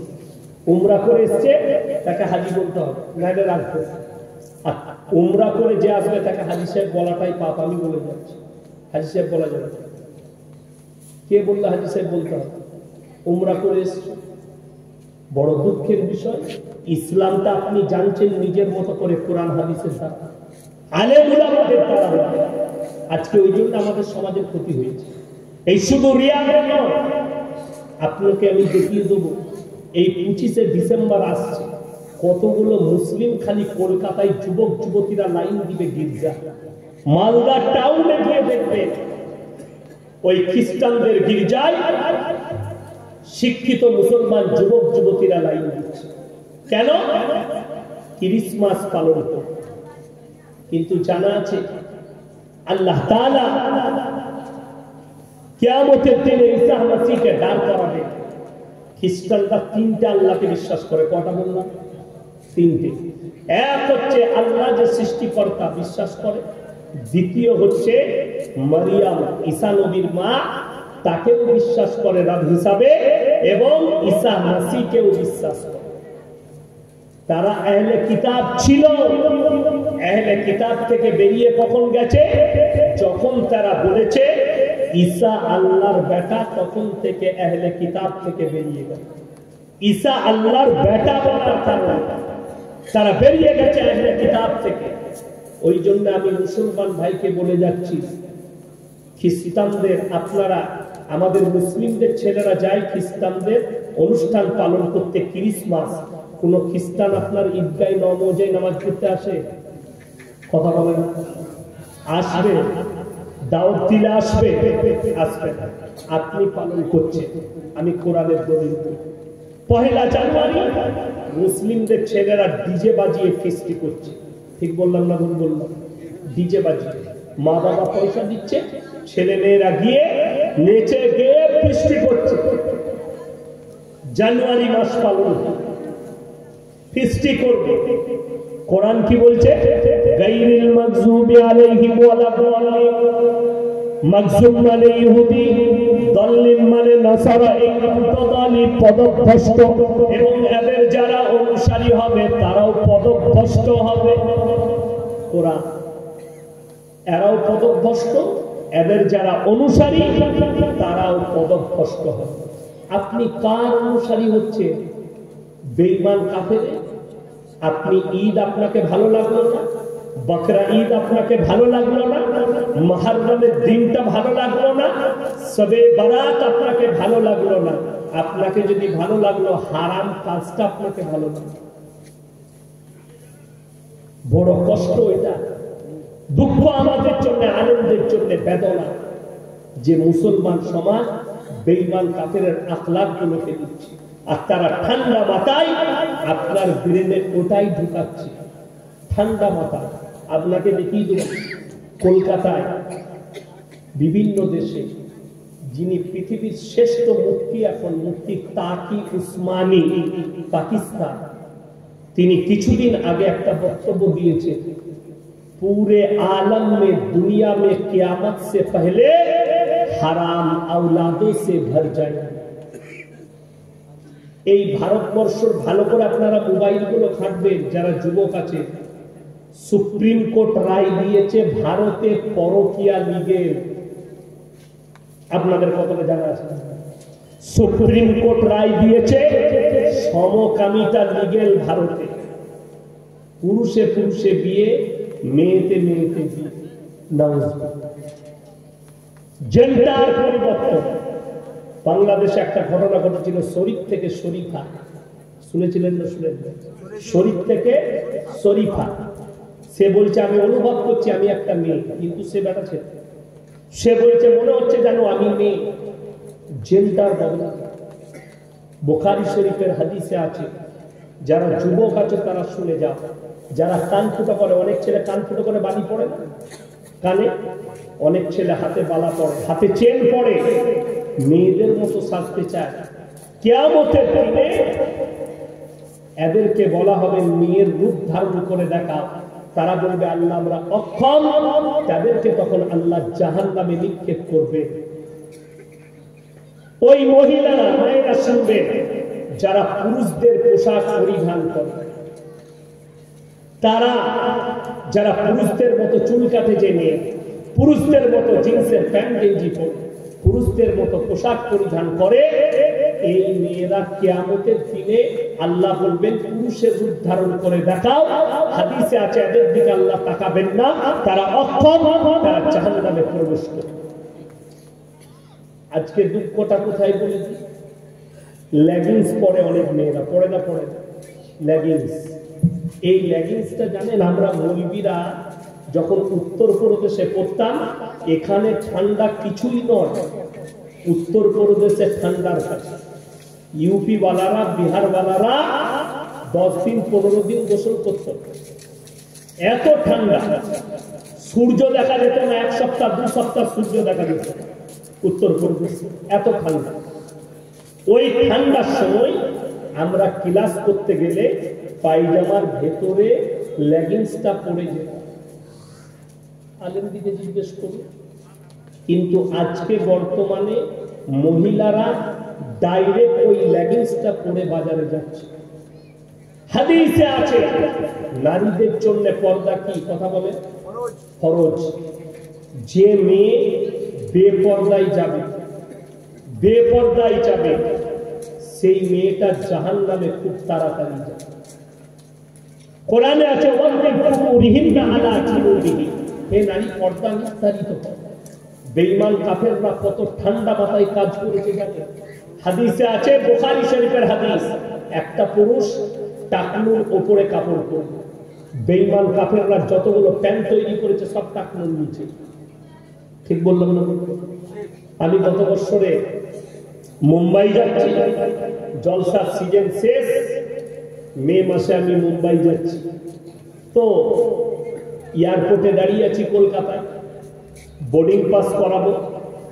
তো লাইন আছে, আমার সামনে একটা বিহারিদের মুসলিমদের ছেলে, প্রথমে জানতাম না, তাকে লড়ার পরেই বুঝতে পারলাম এটা মুসলিম। তো দেখলাম সে প্যান্ট পরে দাঁড়িয়ে আছে, এমন একটা প্যান্ট পরেছে, আমি পেছনে আছি, মনে হচ্ছে যেন প্যান্টটা খুলে পড়ে যায়। আমি তাকে বললাম, ভাইয়া थोड़ा ऊपर कर लो ना तो पीछे गड़बड़ी हो जाएगा। से की बोले, हजरत ये डिजाइन है, साला ऐसा भी डिजाइन का पैंट निकल चुका है, এরকম ডিজাইনের মাল বেরিয়েছে। একবার বলুন, ওই প্যান্টটা পরে সে যদি মসজিদে নামাজ পড়তে যায়, সে যদি সিজদায় যায়, পেছনে যদি যে থাকবে সে সিজদায় গেলেই তো পেছনওয়ালা তার আলী বাবার গোফা দেখতে পাবে, নামাজ আর হবে না। নামাজ তো ওইখানে শেষ, হারাম। ওই জন্য বলে দিই, প্রত্যেক জায়গায় ইউনিফর্ম আছে না? স্কুলের ইউনিফর্ম আছে না? নাই? প্রত্যেক জায়গায় ইউনিফর্ম আছে। তো মসজিদের একটা ইউনিফর্ম থাকবে না? আল্লাহর ঘরে ইউনিফর্মটা কি? এই যে পাঞ্জাবি পড়েছে, এই যে পাঞ্জাবি পড়েছে, আমরা কি পাগল? এই পাঞ্জাবি পরে সিজদায় গেলে আচ্ছা কোমর বেরুবার ভয় থাকবে, পাছা বেরুবার ভয় থাকবে, কিন্তু যদি কেউ জিন্সের প্যান্ট আর গেঞ্জি পরে যায়, টান খেলি বেরোবে না? বেরোবে। কারুর কোমর বেরিয়ে যায়, কারুর পাছা বেরিয়ে যায়, আর সে মনে করে আমার মতো নামাজি না, কিন্তু সে জানেই না তার নামাজটাই হলো, যেহেতু তার হারাম অঙ্গগুলো বেরিয়ে গেছে। ওই জন্য ইউনিফর্মের প্রয়োজন। আপনি একটা নার্সিং হোমে যাবেন, তাদের ড্রেস ছাড়া আপনাকে ভেতরে থাকতে দিবেন, আর আল্লাহর ঘরের ইউনিফর্ম থাকবে। বেঈমান কাফেররা চেয়েছে, অনেক ছেলে প্যান্ট পরছে, আমাদের যুবকরা কি করে, নামাজ পড়ার সময় গুটিয়ে দেয়। নাই না, নাই, নামাজ পড়ার সময় কোনো মৌলবি যদি ফতোয়া দেয়, যদি বলে দিতে পারে, আমি এক্ষুনি ইস্তেগফার করব যে খালি নামাজ পড়ানোর সময় টাকনুর উপরে কাপড় হতে হবে, অল টাইম টাকনুর উপরে হতে হবে। পুরুষের জন্য, মেয়েদের জন্য টাকনুর নিচে কাপড় পরা সুন্নাত, মহিলাদের জন্য। আপনাকে দেখিয়ে দেব, বেঈমান কাফেররা যে কাপড়গুলো তৈরি করেছে সবগুলো পায়ের এই অংশে করছে, একদম পাটা অর্ধেক বেরিয়ে থাকছে। আবার অনেক মেয়ে পায়ের সুতো বেঁধেছে, কালো সুতো। এটা কেন বেঁধেছিস? বলছে হুজুর বলে যে নজর লাগবে না, তোর হুজুরও মার খাবে, তুইও খাবে। কথাটা বুঝতে পারেন? বলে হুজুর বলেছে, পড়ে দিয়েছে, সুতোটা পড়ে দিয়েছে, দোয়া পড়ে দিয়েছে, নজর লাগবে না, তোর হুজুরও মার খাবে, তুই তো খাবি খাবি। সুতোর দ্বারা যদি বিপদ না আসে, সুতোর দ্বারা যদি আপনার নজর না লাগে, সুতো সৃষ্টিকর্তার থেকে বেশি তুমি তার সৃষ্টির উপরে বিশ্বাস করবে। আপনারা বলুন, সৃষ্টিকর্তাকে? আল্লাহ। আমাদেরকে সৃষ্টি কে করেছেন? আল্লাহ। আর আল্লাহ আমার ব্রেনে দিয়েছে, আমি সুতোটা তৈরি করলো কে? একটা মানুষ। আল্লাহ তার বিবেককে দিয়েছে, সে তৈরি করলো। সেই সুতোটার উপরে বিশ্বাস, যে তৈরি করেছে তার সৃষ্টিকর্তাকে তুমি বিশ্বাস করতে পারবে। কথাটা বুঝতে পারবেন? মায়েরকে অনুরোধ করছি, আপনারা বিপদে পড়বেন, টাকনুর নিচে কাপড় পরুন। ওই অন্ধগুলো জাহান্নামের আগুনে আল্লাহ জানে। বেঈমান কাফেররা মেহনত করেছে, কামিয়াবি লাভ করেছে, তারা কামিয়াব। ঠান্ডা মাথায় আপনাকে জিনা করাচ্ছে আমাদের যুবক যুবতীকে, আমরা বুঝতে পারি না। তারা নাম দিয়েছে 14 ফেব্রুয়ারি ভ্যালেন্টাইন ডে, তাই না? মুখে রুমাল দিয়ে হাসছো কেন? তুমি তুমি ভ্যালেন্টাইন ডে বুঝো না, কাপড়টা তুমি বুঝবি কি? বুঝবি 14 ফেব্রুয়ারি গোলাপ ফুলকে নিয়ে চলে যাচ্ছে পার্কে, হ্যালো কামিয়ার আই লাভ ইউ গোলাপ ফুল দিচ্ছে। ভ্যালেন্টাইন ডে নাম রেখেছে, কাজ হচ্ছে জিনা করা। নাম দিয়েছে রোজ ডে, কাজ হচ্ছে জিনা করা। নাম দিয়েছে কিস ডে, কাজ হচ্ছে জিনা করা।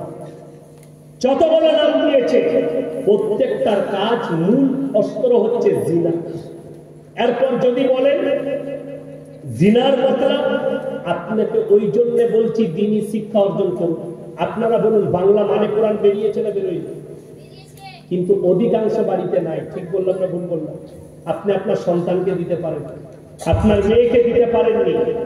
যদি দিয়েছেন কি, এই মাধ্যমিক পরীক্ষা হবে, পাস করে গেছে নাতনি, নানাকে ফোন করছে, নানিকে নানা আমি ফার্স্ট ডিভিশন পেয়েছি, আমার একটা মোবাইল লাগবে। নানি দেখলে পয়সা নাই, কিন্তু লাতনিকে মোবাইল দিতে হবে। ও গ্রুপ লোন নিয়েও লাতনিকে একটা মোবাইল দিতে। আর এরপরে ওই মোবাইলের দ্বারা প্রেম শুরু হয়। এই মোবাইলের দ্বারা আপনাকে সত্য ঘটনা বলব, 3 মাস আগে 4 মাস আগে আমার তখন জলসা শুরু হয়নি, চলছে টুকটাক। আমি বাড়িতে শুয়ে আছি, রাত 2টোর সময় আমার গেটে আওয়াজ দিল এলাকার লোক। কি ব্যাপার, কে? হুজুর অমুক গ্রামের অমুক বলছি, একটু দরজাটা খুলবেন। গেটটা খুললাম, মেন গেটটা। কি হয়েছে? একটু অফিসে চলুন মাদ্রাসা। বলে এত রাত্রিতে আমি মাদ্রাসার অফিসে যাবো না তো কি হয়েছে? বলে হুজুর আমার নাতনিকে 13 বছর বয়স, 8-এ পড়ে, একটা মোবাইল কিনে দিল তার নানি ধার করে। সেই 13 বছরের মেয়ে প্রেম করে মুর্শিদাবাদে পালিয়ে গেছে। আপনি একটু ওই থানায় বলে দেন। আমি বললাম সব থেকে প্রথমে গিয়ে তুমি ওর নানিকে দুঘা মারো। অপরাধী নানার নানি তোমরা, অন্য কেউ নয়। যোগাযোগ করে রাতের বেলাতেই বলে দিলাম। তারা ওই জায়গা থেকে তাকে উদ্ধার করে নিয়ে গিয়ে পুলিশ প্রশাসন বাবুরা এত ভালো ব্যবহার করেছে, মেয়েটাকে নিয়ে পুলিশ দিয়ে তার থানায়, তার এলাকার থানায় পৌঁছায়। রাত্রি সকাল হয়ে গেছে তাদের যেতে। পুলিশগুলো সারা রাত জেগে মেয়ে পুলিশগুলো গেছে, মেয়েটাকে গাইড করে। এই পাপটার জন্য দায়ীকে তার নানা আর তার নানি।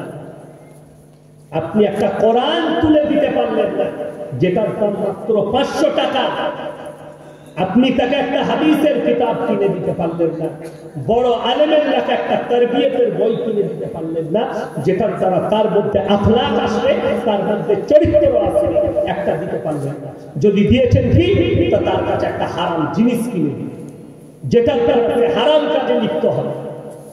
তার প্রয়োজন নাই, আপনি দিলেন। বেঈমান কাফেররা তো মেহনতটা এটাই করেছে, এরা যেন জিনাই লিপ্ত হয়। শুনবে জিনা কি? হাতের জিনা। কিসের জিনা বললাম? হাতের দ্বারা যেটা করা হবে, কোন মেয়েকে স্পর্শ করেছে, ওটা হাতের জিনা। এই যে জলসাই মেলা বসানো হয়, হারাম। জলসাই মেলা বসানো কি বললাম? হারাম। নেকির থেকে গুনাহ বেশি হবে। গোটা পৃথিবীর মৌলবীকে দোয়া করাবেন, ওই মেলা বসানোর কারণে কোনো দোয়া কবুল হবে না। আমি ইয়াসিন ফতোয়া দিই। মেলা যেখানে ছেলে মেয়ে একসাথে থাকবে, জিনা করার পাপ হবে। জিনাটা হাতের জিনা। হাতের দ্বারা কোনো মেয়েকে কাজ করেছে নিয়ত করে, হাতের জিনা। চোখের দ্বারা ইশারা করেছে, চোখের জিনা। মুখের দ্বারা তাকে স্পর্শ করে কিস খেয়েছে, মুখের জিনা। পায়ের দ্বারা চলে গিয়ে জিনার নিয়ত করে গিয়েছে, পায়ের জিনা।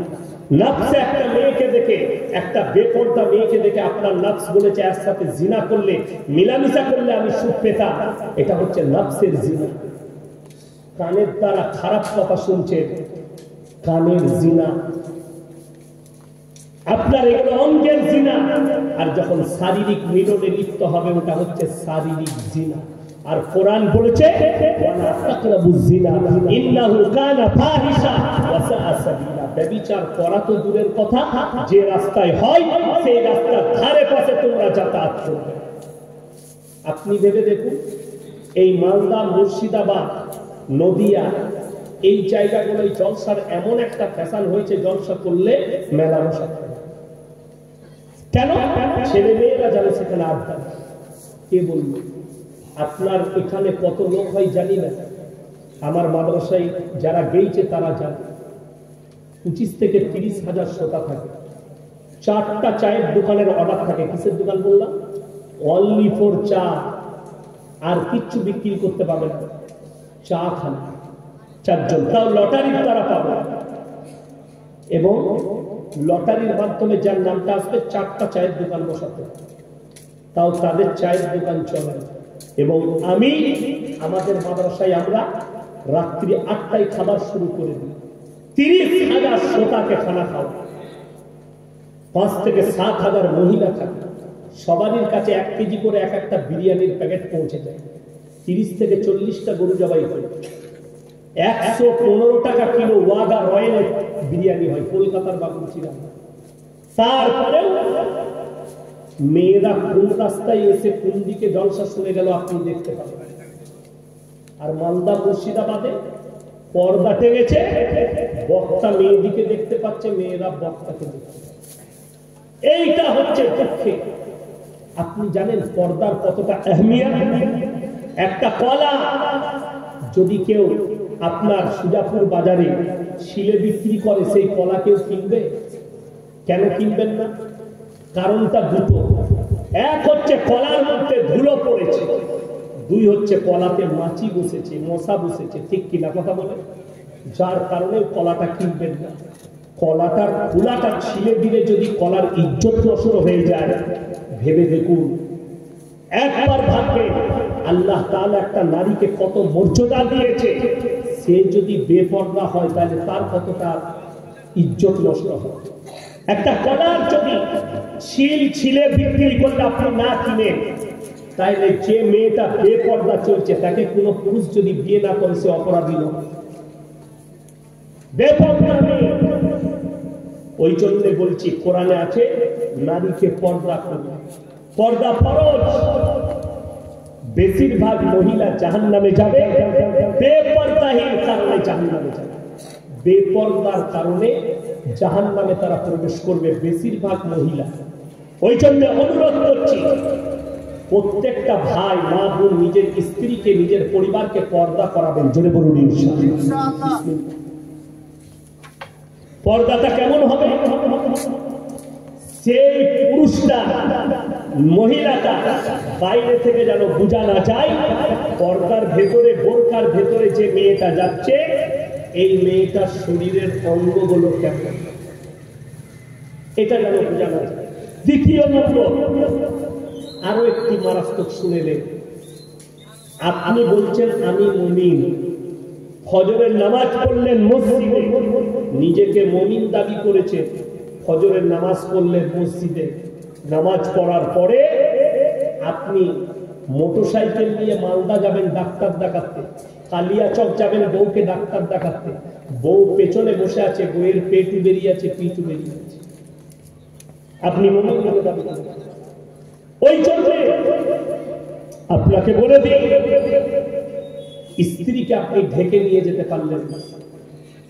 ইনি আর আমি ধরলেন ক্লোজ বন্ধু।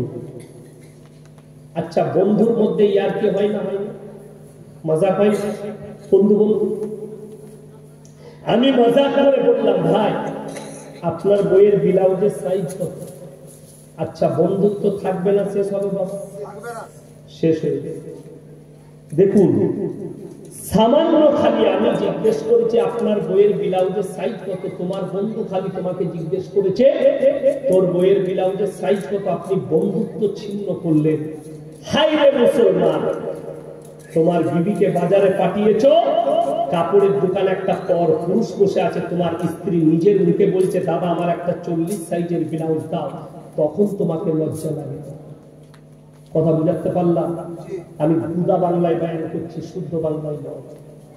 এই মুসলমান যদি এটা বুঝে যেত যে আমার বন্ধু বললে যদি আমাকে এতটা আঘাত লাগে, আমার বউ নিজের মুখে একটা পর পুরুষ দোকানি বসে আছে, তাকে গিয়ে বলছে, বিবি বলছে আমার ব্লাউজের প্রয়োজন, বিবি বলছে আমার সায়া শাড়ির প্রয়োজন, হারামপুর চায়ের দোকানে আড্ডা মারছে, বউকে বলছে টোটো করে সুজাপুরে গিয়ে কিনে, সুজাপুর কালিয়াচকে গিয়ে কাপড় বাজার করে নিয়ে চলে। যে নিজের বিবিকে বাজারে ঠেলে দেয় তার থেকে বড় দায়ুস পুরুষ কেউ না। যে নিজের স্ত্রীকে বেপর্দা রাখে, পর্দার জন্য তাকে চাপ দেয় না, পর্দার জন্য দাওয়াত দেয় না, সেই হচ্ছে আসল দায়ুস পুরুষ। আর দায়ুস কখনো জান্নাতে প্রবেশ করতে না। যদি বলে কেউ, যদি কারো মনে হয় আমি আমার স্ত্রীকে দাওয়াত দিই, শুনে নেন, কেউ যদি স্ত্রীকে দাওয়াত দেয় পর্দা করো, নামাজি হও, সেই স্ত্রী যদি কবুল না করে কিয়ামতের দিনে সেই স্বামী আর দায়ী থাকবে না। কেন? আল্লাহ আমি মৃত্যুকাল পর্যন্ত আমার স্ত্রীকে দাওয়াত দিয়েছি, সে কবুল করেনি, তার হিসাব সে দিবে, আপনার হিসাব আপনি দিবেন। ভাই যারা আছো, যাদের বোন আছে, তোমার বোনকে বারবার বলো বোন পর্দা কর, বোন ভালো করে পর্দা করে স্কুলে যা, হিজাবটা পরে নে, শরীরটা ঢেকে নে, তারপরে স্কুলে যা। তারপরে যদি তোমার বোন তোমার কথাকে অমান্য করে, তুমি বড় ভাই হিসাবে আল্লাহর কাছে সেদিনে ক্লিয়ার থাকবে, আমার বোনকে আমি দাওয়াত দিয়েছি, আমার দাওয়াত আমার বোন কবুল করে, আল্লাহর কাছে আপনি বেঁচে যাবে। আপনি বাপ হিসাবে নিজের মেয়েকে আপনি দাওয়াত দেন পর্দা করো, মৃত্যুকাল পর্যন্ত বলে যান পর্দার মধ্যে, নামাজের জন্য, পর্দার জন্য। তারপরে যদি তারা না করে, কিয়ামতের দিনে আল্লাহর কাছে আপনি দায়ী থাকবেন না। যদি কেউ বলে, সে যদি দাওয়াত দেয় বারবার মৃত্যুকাল পর্যন্ত বলে, আর তার স্ত্রী যদি নামাজ না পড়ে, সে আল্লাহর কাছে দায়ী হবে, জানবেন তার ইলমি আপনি, তার জ্ঞান নেই। কেন? কিয়ামতের দিনে দুজন নবীর বিবি জাহান্নামে যাবে। কজন বললাম? দুজন, হযরতে লূত নবী আর নূহ নবী। লাকিক টানা হয়ে গেছে, নবীর বিবিরা জাহান্নামে যাবে, নবীরা কথা বলতে পাবে না। আল্লাহ ঘোষণা করেছেন ফিরাউনের স্ত্রী আসিয়া জান্নাতি, ফিরাউন জাহান্নামী। ওই জন্য কিয়ামতের দিনে আছে ইয়াউমা ইয়াফিরুল মারউ মিন আখি ওয়া উম্মিহি ওয়া আবি ওয়া সাহিবাতিহি ওয়া বানি লিকুল্লি ইমরিইন মিনহুম ইয়াউমাইদিন শা'নুন ইউগনি। হে আমার নবী বলে দাও, কিয়ামতের ময়দানটা এত ডেঞ্জার হবে, এত খতরনাক হবে, সেদিনে বাপ স্বামী স্ত্রীর কাছে ছুটে যাবে। স্ত্রী বলবে দুনিয়াতে আমার কোনো স্বামী ছিল না, স্বামী বলবে স্ত্রী ছিল না, বাপ বলবে বেটা ছিল না, বেটা বলবে বাপ ছিল না, মা বলবে বিটি ছিল না, বিটি বলবে আমার দুনিয়াতে কোনো মা ছিল না। এত ডেঞ্জার অবস্থা হবে। তাই নিজের নিজের আমলকে আমরা তৈরি করবো, জোরে বলুন ইনশাআল্লাহ। স্ত্রীকে পর্দায় নিয়ে আসুন, মাইকে পর্দা করুন। বেঈমান কাফেররা সুস্থ মস্তিষ্কে আপনার আমার ঈমানকে চুরি করছে, আমরা বুঝতে পারছি না। অথচ এই কোরআনের প্রতি আর রাসূলের আখলাকের প্রতি আমল করুন, ইহকাল আর পরকাল দুটোই সুন্দর হয়ে যাবে। দুনিয়া সম্পর্কে কোরআনে আছে ওয়ামাল হায়াতুদ দুনিয়া ইল্লা মাতাউল গুরুর। হে আমার নবী বলে দাও, এই দুনিয়াটা তোমাদের জন্য সম্পূর্ণ ধোঁকা। এই পৃথিবীর জীবনটা শুধুমাত্র ধোঁকা। আপনারা কেউ বলতে পারবেন যে আমাদের দাদরা বেঁচে আছে? চলে গেছে। কে কখন চলে যাচ্ছে আমরা কেউ জানি না। যার সময় হচ্ছে সে চলে যাচ্ছে, যার ডাক পড়ছে সে চলে যাচ্ছে। বাপের আগে বেটা, বেটার আগে বাপ, সন্তান চলে যাচ্ছে। আল্লাহ যার যতদিন হায়াত রেখেছে, পৃথিবীর সব কন্ট্রোলটা আল্লাহর হাতে। পৃথিবীর যতগুলো ধর্মের মানুষ আছে সবাই একে অপরকে তানা মারবে, একে অপরকে অস্বীকার করবে। আল্লাহর কসম, পৃথিবীর কোন ধর্মের মানুষ মৃত্যুকে অস্বীকার করতে পারবে না। খালি পার্থক্য এটা, বাংলাদেশ থেকে 7 দিনে কলকাতা দখল করবে বাংলাদেশ। এগুলো পাগল না হলে এইসব কথা বলে, তাই না? ভারতে 14.5 লাখ সেনা আছে। কত? 14.5 লাখ ভারতের সেনা মানে। আর বাংলাদেশে মাত্র 1 লক্ষ কত হাজার। আচ্ছা বলুন, যদি 2 লাখই ধরে, 2 লাখ সেনা বেশি না 14.5 লাখ বেশি? 14.5 লাখ বেশি। তাইলে যে বলছে সে একটু নেশা ফেশা করে বলছে কলকাতা দখল করবে, তাই না? একটু নেশা করে বলছে। আমি বলবো শোনো, যেখানে যে সংখ্যালঘু আছে গোটা পৃথিবীতে, যারা সংখ্যা গুরু আছে তাদের দায়িত্ব হচ্ছে তাদেরকে সুরক্ষা দেওয়া। এটা ইসলাম। যারা বাংলাদেশের মৌলবি আলেমরা উস্কানিমূলক বক্তব্য দিচ্ছে, তাদেরকে অনুরোধ করে বলছি রাসূল সাল্লাল্লাহু আলাইহি সাল্লামের আখলাককে ফলো করো। নবীজি যেদিনে মক্কা বিজয় করেছে 5টা বার্তা দিলে, এটা বাংলাদেশের আলেমদিকে বলছি ফলো করতে। আমার বয়ানটা বাংলাদেশের মুসলমানকে বলছি ফলো করতে। নাম্বার 1, তোমরা বৃদ্ধকে মারতে পাবে না। নাম্বার 2, বৃদ্ধাকে মারতে পাবে না। নাম্বার 3, শিশুকে মারতে পাবে না। নাম্বার 4, আত্মসমর্পণ করলে মারতে পাবে না। নাম্বার 5, কাবা ঘরে প্রবেশ করলে তোমরা মারতে পাবে না। সাহাবীদের হাত বেঁধে দিলেন রাসূল। আর যারা মন্দির ভাঙচুর করছে, ওখানে যারা মন্দিরে ভাঙচুর করছে, যারা নিরীহ হিন্দু ভাইদের উপরে অত্যাচার করছে, তাদেরকে অনুরোধ করছি তোমরা রাসূলের আখলাককে ফলো করো। দাওয়াত দাও ইসলামী পদ্ধতিতে। আল্লাহ যদি হিদায়াত দেয় তো হিদায়াত পাবে। হিদায়াত যদি না থাকে, তুমি তাকে মৃত্যু দিলেও হিদায়াত পাবে না। আমি কয়েকটা মৌলবীর নাম নেব না, উস্কানিমূলক বক্তব্য তাদের শুনলাম, যেটা ভারতের মিডিয়ারাও দেখিয়েছে। উস্কানিমূলক বক্তব্য দিচ্ছে, টিকতে দেবো না, ভেঙে দেবো, তাড়িয়ে দেবো। এমনকি এই ভারতবর্ষ সরকারের উচিত, এই ভারতের মুসলিমরা হচ্ছে সংখ্যালঘু, আমাদের উপর অত্যাচার হলে এর জন্য দায়ী হবে মোদী সরকার। মুসলমানদের যদি এই মসজিদ গুলো তলায় বলছে মন্দির আছে, সার্ভে করা হচ্ছে। আমিও বলেছি কলকাতা হাইকোর্টের নিচে একটা মসজিদ আছে, সার্ভে করতে হবে। এটা আমার দাবি হতেই পারে। প্রধানমন্ত্রীর ঘরের নিচে মসজিদ বেরবে, সার্ভে করতে হবে, আমার দাবি। এইরকম ভারতে সরকারের উচিত, ভারতে যারা সংখ্যালঘু আছে তাদের সঙ্গে খারাপ ব্যবহার না করা, তাদেরকে সুরক্ষা দেওয়া। আজকে বড় কষ্ট লাগে, আমি ভারতের হিন্দু ভাইদিকে বলবো, কিছু গোবরখোর আর মুখখোর উঠে পড়ে লেগেছে উস্কানি দিতে, যে মুসলমানদের ঘর ভেঙে দাও, মসজিদ ভেঙে দাও। আজ পর্যন্ত একটা দেখাতে পারবেন না কোন মুসলমান ভারতে কোন মন্দিরে গিয়ে একটা ইসলামের ঝান্ডা টাঙিয়েছে। আর আমি হাজারো দেখিয়ে দেবো, যখন তারা কোন জুলুস বার করছে, কোন পুজো কিংবা কোন অনুষ্ঠানে, তারা মসজিদের মিনারে চেপে তারা ঝান্ডা টাঙাচ্ছে, মসজিদের সামনে জয় শ্রীরাম স্লোগান দিচ্ছে। আরে ভাই, যদি মসজিদের সামনেই নাচবি আর মসজিদেই যদি তোরা ঝান্ডা টাঙাবি, তাহলে মন্দির করে ভেবে সব মসজিদ করে দেবে। কথাটা বুঝতে পারেন? আরে মসজিদ তোর তো, সমস্ত মন্দিরকে ভেঙে দাও আর সব মসজিদ করে দাও, যে মসজিদের সামনে নাচো আলহামদুলিল্লাহ, কোনো অসুবিধা নেই। তাহলে রাম মন্দির কেন তৈরি করলে? ওখানে বাবরি মসজিদ করতে, সামনে নাচতে। দুঃখ ওইটা। আরে ভাই, আমরা জলসা করি, আমরাও জুলুস বার করি, করি না? করি না? কলকাতায় অনেকগুলো দল, জমিয়ত থেকে মিটিং হয়েছে, জমিয়তে আহলে হাদিস মিটিং করেছে, ফুরফুরাওয়ালারা মিটিং করেছে। শুনেছেন কোন মন্দিরে ভাঙচুর করেছে? না না না। শুনেছেন তারা গিয়ে কোন হিন্দু দোকানে ভাঙচুর করেছে? করেনি। অবাক লাগে, দুঃখ লাগছে। অথচ দিল্লিতে দাঁড়িয়ে কিছু গোবরখোর আর মুখখোর আমাদের লেগে বলছে, এই নাজিয়া ইলাই খান বলেছে খেয়ে খেয়ে মোটা হয়েছে, আমি তো হারামের খাইনি, হালালের খাই। আর তুই মদ খাস, ওর দলিল আছে, আমার কাছে প্রমাণ আছে, ইউটিউবে দেখেছেন, ফেসবুকে, মদ খাচ্ছি, তো তুই হারামের শরীর, তোর শরীর মোটা হবে কি করে? তোর শরীর সুস্থ হবে কি করে? আল্লাহর কৃপায় হালাল খাবার।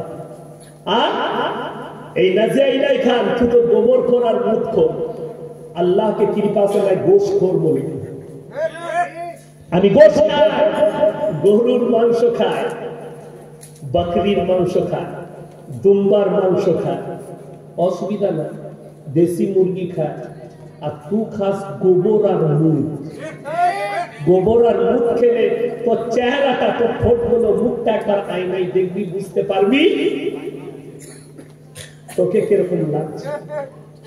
আমি বলবো आईने में जरा चेहरा देखो और पूरे बंगाल के मुसलमान को, हिंदुस्तान के मुसलमान को हमारा चेहरा दिखा दो, तुमको मूतखोर और गोबरखोर बताएंगे और हमको बोलेंगे ये मौलवी हलाल खाने। বড় কষ্ট লাগে। একটা কুকুরের বাচ্চাও জানে যে আমাকে মুখ খেতে হবে না, আমাকে দুধ খেতে হবে, ঠিক কি না? এই আমাকে কিছুদিন আগে একটা অমুসলিম ছেলে ফোন করেছিল, স্যার আমি আপনার বক্তব্য শুনি, আলহামদুলিল্লাহ খুব ভালো, আল্লাহ তোমাকে হিদায়াত দেবে। বলছে প্রবলেম একটা আছে। কি প্রশ্ন করো? বলছে আমার প্রশ্ন বলি সাহেব একটা। কি প্রশ্ন? আপনারা গরুর গোশ খান? গায়ের গোশত খান, আবার গায়ের দুধও খান? বলে হ্যাঁ। বলে আপনারা মায়ের দুধ খান না? বলে হ্যাঁ। বলে মায়ের গোশত কেন খান না? দারুণ প্রশ্ন। আমি বললাম আমি উত্তর দেবো। বলে দেন। আমি টিকতে পারবি তো লাইনে? গালি দিল। বলে না স্যার বলুন। আমি বললাম তুমি গোবর খাও? বললে জি। গরুর মুখ খাও? জি। আমরা মায়ের দুয়ার মুখ খাস না কেন? কথা বুঝতে পারেন? তো সে সঙ্গে সঙ্গে আমাকে গালি দিল কয়েক। আমি বললাম ভাই আমার উত্তর নিতে পারবে না, আগেই বললাম। গালি কেন দিচ্ছ? আমি ফোনটা কেটে দিলাম। ফেসবুকে গালি দিচ্ছিল, ব্লক করে দিলাম। আমি বলেই দিলাম যে এমনি আমি গাল খাওয়া লোক, আমার উত্তর নিতে পারবি না, চাপের উত্তর দিই। বড় কষ্ট লাগে, দুঃখ লাগে। এই কিছু পাখান্ডি লোক আমাদের দেশে, এই দেশটা কাজী নজরুল ইসলামের দেশ, এই দেশ নেতাজি সুভাষচন্দ্র বসুর দেশ, এই দেশ হোসেন আহমদ মাদানির দেশ, এই দেশ শাইখুল হিন্দ রহমতুল্লাহ আলাইহির দেশ। এই দেশ গোবর খোরার মুখ খোরের লোক। এই দেশটা আমাদের। যতটা রক্ত তুমি দিয়েছ অতটা রক্ত আমরা দিয়েছি। ৫৬,০০০ আলেম খালি দেশের জন্য নিজের গর্দানটা দিয়েছে, তবে এই দেশ স্বাধীন হয়েছে। আর বাংলাদেশের মানুষকে অনুরোধ করব, আগড়াম বাগড়াম বকো না, ভুলভাল বকো না। কলকাতা দখল করার স্বপ্ন দেখছো। খালি কলকাতাতে তো ২ লাখ ৩ লাখ সৈন্য আছে পশ্চিমবাংলায়, ঠিক কিনা? ৪,০০০ কিলোমিটার বর্ডার খালি পশ্চিমবাংলায় আছে, ভারতে আছে। তার মধ্যে ২,০০০ থেকে ২,৫০০ কিলোমিটার খালি পশ্চিমবাংলায় বর্ডার আছে। ২,৫০০ কিলোমিটার বাংলার বর্ডার আছে। কত মিলিটারি আছে বুঝেছো? হুমকি কাকে দিচ্ছ? দুঃখ লাগে। ভারতের এক জায়গায় দেখাতে পারবে না যে ঝান্ডাটা পুড়িয়েছে বাংলাদেশে, ঝান্ডায় পা রেখেছে। সর্বপ্রথম ১ সপ্তাহ আগে দেখলাম একটা মসজিদের সামনে ভারতের ঝান্ডাকে বিছিয়ে তার উপরে পা দিয়ে যাচ্ছে।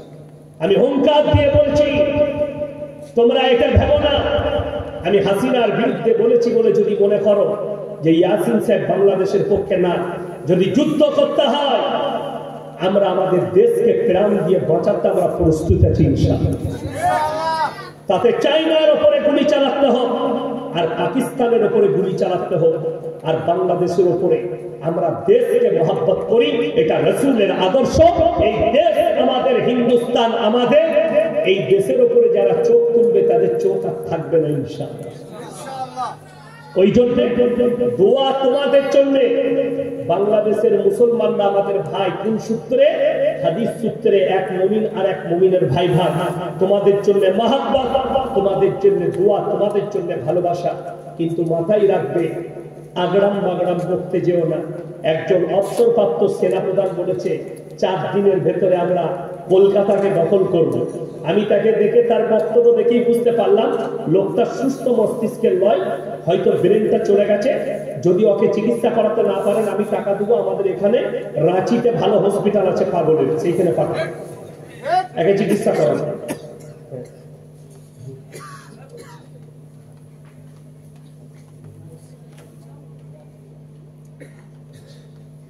আমার ভাই, প্রত্যেকটা ভাই নিয়ত করুন আমরা ইমানের উপরে টিকবো। যদি বলুন ইনশাআল্লাহ। ইমানের উপরে যদি টিকে পৃথিবীর কোন শক্তি আপনার ক্ষতি করতে পারবে না। হাত তুলে বলুন তো আজ থেকে 5 ওয়াক্তের নামাজি সবাই হবো ইনশাআল্লাহ। নামাজ কেউ ছাড়বে না। যার নামাজ নেই তার মধ্যে ইসলাম নেই। রাসূল সাল্লাল্লাহু আলাইহি ওয়াসাল্লামের হাদিস। নামাজ ফরজ। নারী পুরুষ কেউ নামাজ ছাড়বেন না, নামাজ অবশ্যই পড়বেন। আজমির শরীফের নিচে শিব মন্দির আছে হিন্দুদের দাবি। আমি বললাম না, কিছু লোক আছে গোবরখোর মুখখোর, তারা খালি মন্দির পূজা পাচ্ছে। মসজিদের নিচে, মাজারের নিচে, যে মাজারটা 800 বছর আগে, আজমিরে খাজা মঈনুদ্দিন চিশতি রহমতুল্লাহ আলাইহির কবর 800 বছর আগেকার। যদিও আমি মাজারের পক্ষে নই, আমি মাজার বিরোধী নই। মাজারে সিজদা করা হারাম, মাজারে চাদর চড়ানো হারাম, মাজারের ভালো মন্দ চাওয়া হারাম।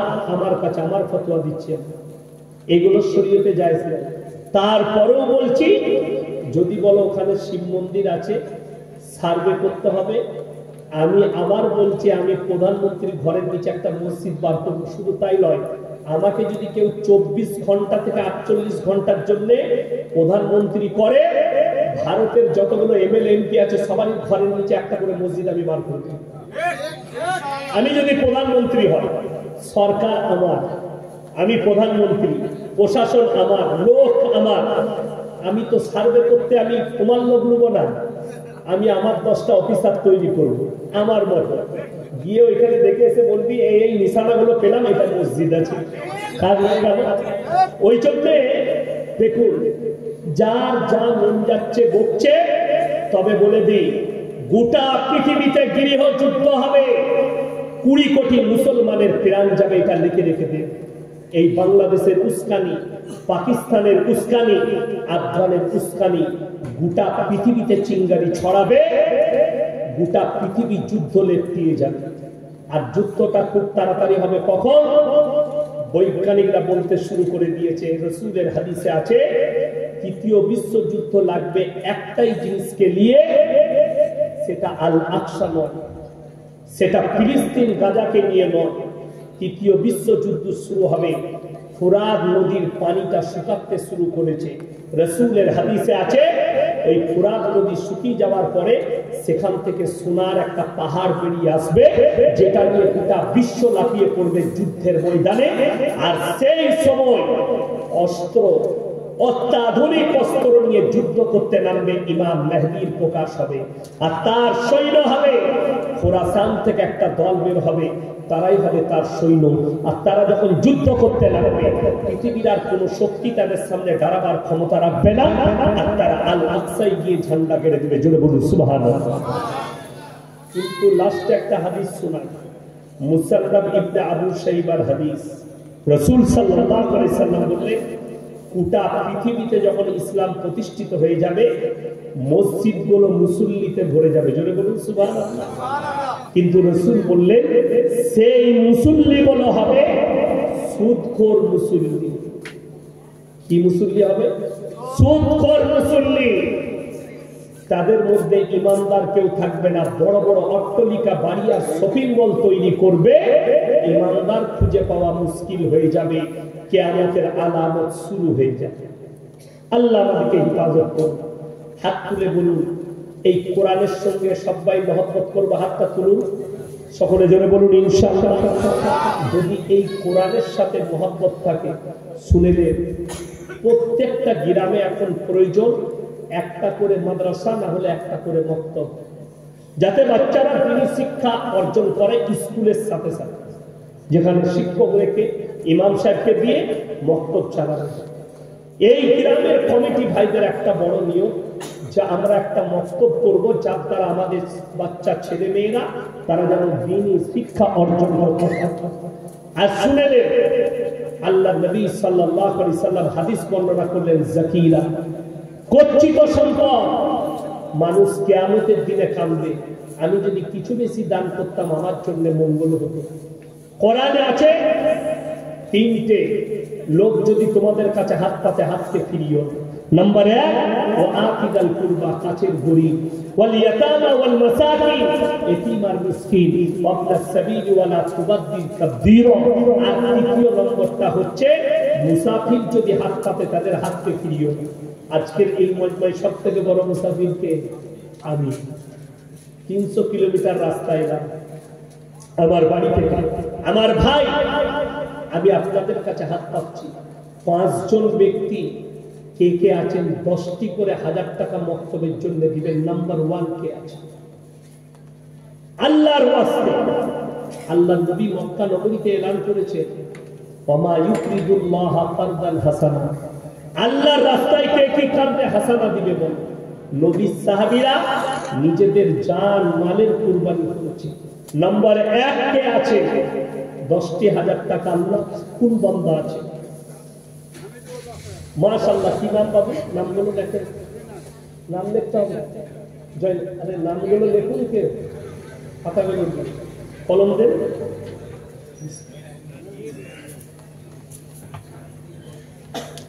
এইখানে লাগবে 10,000 নগদ।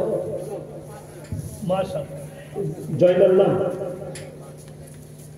5,000 টাকা নগদ দিয়েছেন আর 5,000 টাকা বাকি। মাশাআল্লাহ। একজন হয়েছে 10,000 টাকা। আল্লাহ আপনার হায়াতে বরকত দেখ, রুজি রোজগারে বরকত দেখ, আপনার ইজ্জতে আল্লাহ বরকত দেখ, পূর্বপুরুষকে আল্লাহ জান্নাতি করুন।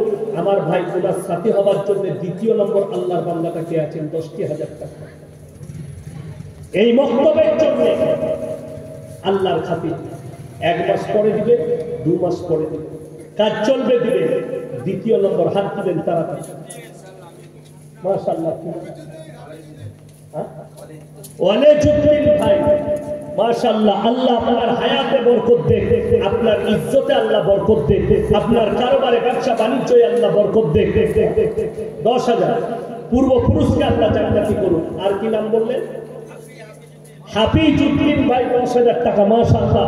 আল্লাহ দানকে কবুল করুন, হায়াতে আল্লাহ বরকত দেন। আর কে আছেন ভাই? নগদ 5,000 আর পরে 5,000 দিবেন। 5,000 কি নাম? দাদু ভাই। 5,000 টাকা নগদ দিয়েছেন। মাশাআল্লাহ। 10,000 কটা হয়েছে? তিনটে 10,000 হয়েছে। আমার ভাই আর 2 জন লাগবে। 4 নম্বরটা কে আছে? 5 ওয়াক্তের নামাজ 5 জন ভাই। 4 নম্বরটা কে আছেন? 10টি 1000 টাকা পরকালের জন্য, মরণের পরের জন্য। মাশাআল্লাহ। আসুন 11,000 টাকা। 5,000 নগদ। কি নাম? আকরামুল ভাই। 5,000 টাকা নগদ, 6,000 টাকা বাকি। 11,000 দিলেন, 1,000 বাড়িয়ে দিলেন। আল্লাহ এই ভাইয়ের ইজ্জতে বরকত দাও, জানে মালে বরকত দাও। আল্লাহ তাআলা ইনার দানকে কবুল করে। আমার ভাই 4 জন হয়ে গেছে। 5 নম্বরটা কে আছে? শেষ ভালো তার সব ভালো।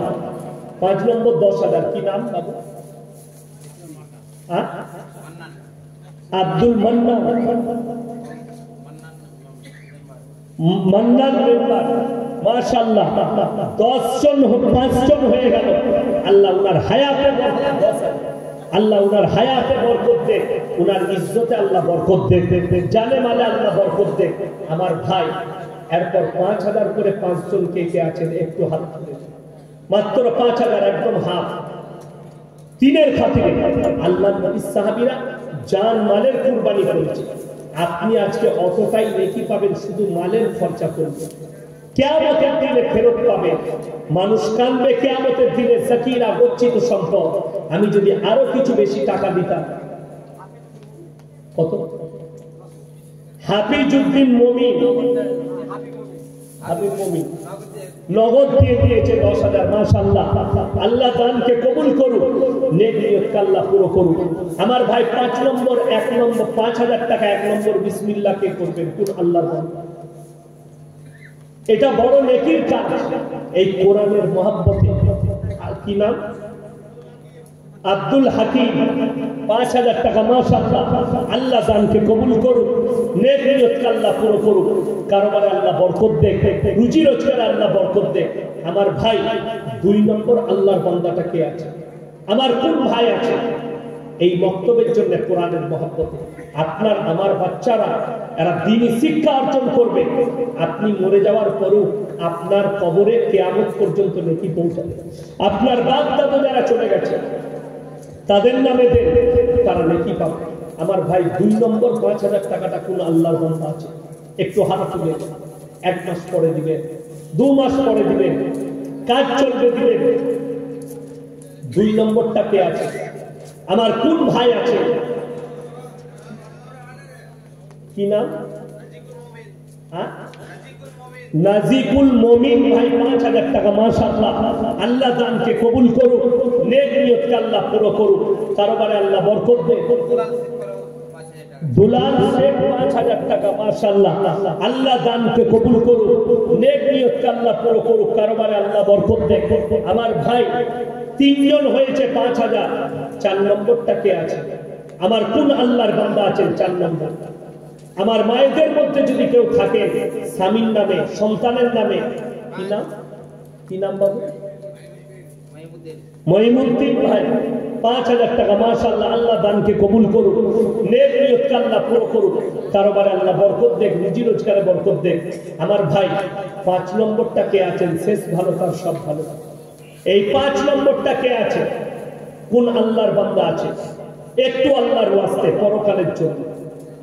আমার কোন মা যদি থাকে, আমার কোন বোন, সন্তানের নামে, স্বামীর নামে, নিজের পরিবারের নামে, নিজের নামে কোন মা বোন যদি থাকে, আমার কোন ভাই আছে? এই শেষ 5,000 টাকাটা কে আছে? কোন আল্লাহর বান্দা আছে যে 5,000 টাকাটা দিবেন? শেষ কে আছে? শেষ ভালো তার সব ভালো তার, পরকালের জন্য, মরণের পরের জন্য। কবে চলে যাব আমরা কেউ জানি না। আপনি কবরে যাওয়ার পরে বুঝতে পারবেন যে আমি কি দিয়ে এসেছি, আমি কি ফায়দা করে এসেছি, এটা আপনি মরণের পরে বুঝতে পারবেন। আমার ভাই 5 নম্বরটা কে আছে? আমার কোন আল্লাহর বান্দা আছেন 5 নম্বরটা? একটু তাড়াতাড়ি বলি ইনশাআল্লাহ। 5 নম্বর কি? রিনাউল শেখ। মাশাআল্লাহ, 5 নম্বর হয়ে গেছে। আল্লাহ উনার জানে মালে ইজ্জতে বরকত দেন, উনার কারবারে বরকত দেন, রুজি রোজগার আল্লাহ বরকত দেন। আমার ভাই 10 জন ভাই 2,500 করে কে কে আছেন? মাত্র 2,500 করে। আমার যুবকরা, আমার ভাই 2,500 টাকা করে 10 জন ভাই। কি নাম? মতি মমিন ভাই 2,500 টাকা। মাশাআল্লাহ, আল্লাহ দানকে কবুল করুক। কি নাম? নাজ্য মমিন 2,500 টাকা। আল্লাহ দানকে কবুল করুক, নেক নিয়তকে আল্লাহ পুরো করুক। আমার ভাই আর কে আছেন 3 নম্বরটা? কি নাম? রাকিউল মমিন। মমিন 3 জন হয়েছে 2,500। আর কে আছে 4 নম্বরটা কে আছে? তাড়াতাড়ি হাত তোলেন, মাত্র 2,500 করে। কি নাম? কিসে? মোফান্নদ শেখ 2,500। লাস্টে কি বললেন একজন? সাদ্দাম 2,500। আর কে আছে? আনোয়ার মমিন। আনোয়ার মমিন, মাশাআল্লাহ। 5টা 6টা হয়েছে। 7 নম্বরটা কে আছে? আর মাত্র 4 জন লাগবে। আমি 10টা বলেছি, 6টা হয়েছে। 7 নম্বর কোন আল্লাহর বান্দা আছে? একটু তাড়াতাড়ি বলি ইনশাআল্লাহ। 7 নম্বরটা মাত্র 2,500। কি নাম? হাফিজুল মমিন 2,500। মাশাআল্লাহ, 7 নম্বর হয়ে গেছে। 8 নম্বরটা কে আছে? 8 নম্বর। 8 নম্বর কে আছে? তাড়াতাড়ি বলুন। 8 নম্বর ভাইটা কে আছে? 8 নম্বর। আর 3টে লাগবে ইনশাআল্লাহ। 8 নম্বরটা কে আছেন? কোন আল্লাহর বান্দা আছেন? একটু হাত তুলি ইনশাআল্লাহ। পরকালের জন্য, নিজের জন্য, আমাদের নিজেদের সন্তানের জন্য এই ইজ্জত আপনাদের, আমাদের সকলে কে আছেন? 8 নম্বরটা কে আছে? জাকির মমিন ভাই 2,500। মাশাআল্লাহ, 8 নম্বর হয়ে গেল। আর 2 জন লাগবে। 9 নম্বরটা কে আছে? কোন আল্লাহর বান্দা আছেন 9 নম্বরটা? ইনশাআল্লাহ দেখি 9 নম্বর কে আছে? কোন আমার ভাই আছেন 9 নম্বরটা? ইনশাআল্লাহ একটু হাত তুলেন। 9 নম্বর আল্লাহর বান্দাটা কে আছে? আমার কোন ভাই আছে? একটু তাড়াতাড়ি বলি ইনশাআল্লাহ। 9 নম্বরটা কে আছে? একটু হাত তুলেন ইনশাআল্লাহ। 9 নম্বর আল্লাহর বান্দা কে আছে? আমার কোন ভাই আছে 9 নম্বরটা? আর 2 জন লাগবে।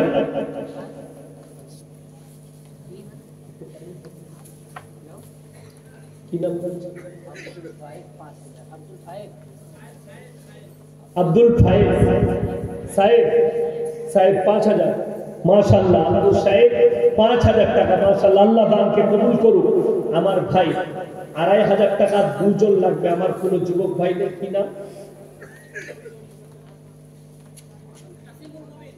নাসিমুল মুমিন, মাশাআল্লাহ, 2,500 টাকা। আল্লাহ দানকে কবুল করুক, নেক নিয়তকে আল্লাহ পুরো করুক। 9 নম্বর হয়ে গেল না? 9 নম্বর হলো। 10 নম্বরটা কে আছেন? শেষ ভালো তার সব ভালো। এই 10 নম্বর আল্লাহর বান্দাটা কে আছে? একটু তাড়াতাড়ি হাত তুলি ইনশাআল্লাহ। 10 নম্বরটা কে আছে? কি নাম বাবু? সাকমুদ্দিন মুমিন, মাশাআল্লাহ। 10 নম্বর হয়ে গেল। আল্লাহ দানকে কবুল করুন, হায়াতে বরকত দেন। আমার ভাইদিকে বলবো 2000 করে 10 জন হাত তুলে দেন তো ইনশাআল্লাহ। 2টি করে 1000 টাকা মাত্র। 10 জন কে কে আছেন? বিসমিল্লাহ করুন। কে আছেন এই মক্তবের জন্য? মায়েদের কাছ থেকে এখনো একটাও পাইনি। মায়েদিকে অনুরোধ করছি একটু দেন। আমার ভাই মাত্র 2000 করে বলেছি। নম্বর 1 কে আছেন? বিসমিল্লাহ। 2টি 1000 টাকা। আনসারুল মুমিন 2000 টাকা, মাশাআল্লাহ। আল্লাহ দানকে কবুল করুক। 2 নম্বরটা কে আছে? 2 নম্বর। এরপরে 2 নম্বরটা কে আছে? তাড়াতাড়ি হাত তুলে। 2 নম্বর আল্লাহর বান্দা কে আছে? খালেদ মুমিন 2000 টাকা, মাশাআল্লাহ। আল্লাহ দানকে কবুল করুক। ও লগত নাসিকুল মুমিন কত? 2,500। আল্লাহ দানকে কবুল করুন। আমার ভাই 2000 করে 2টো হয়েছে না 3টে? 2টো হয়েছে। 3 নম্বরটা কে আছেন? 2000। 3 নম্বর আল্লাহর বান্দাটা কে আছে? একটু হাত তুলি ইনশাআল্লাহ। এই মক্তব আপনাদের, এই ইজ্জত আপনাদের।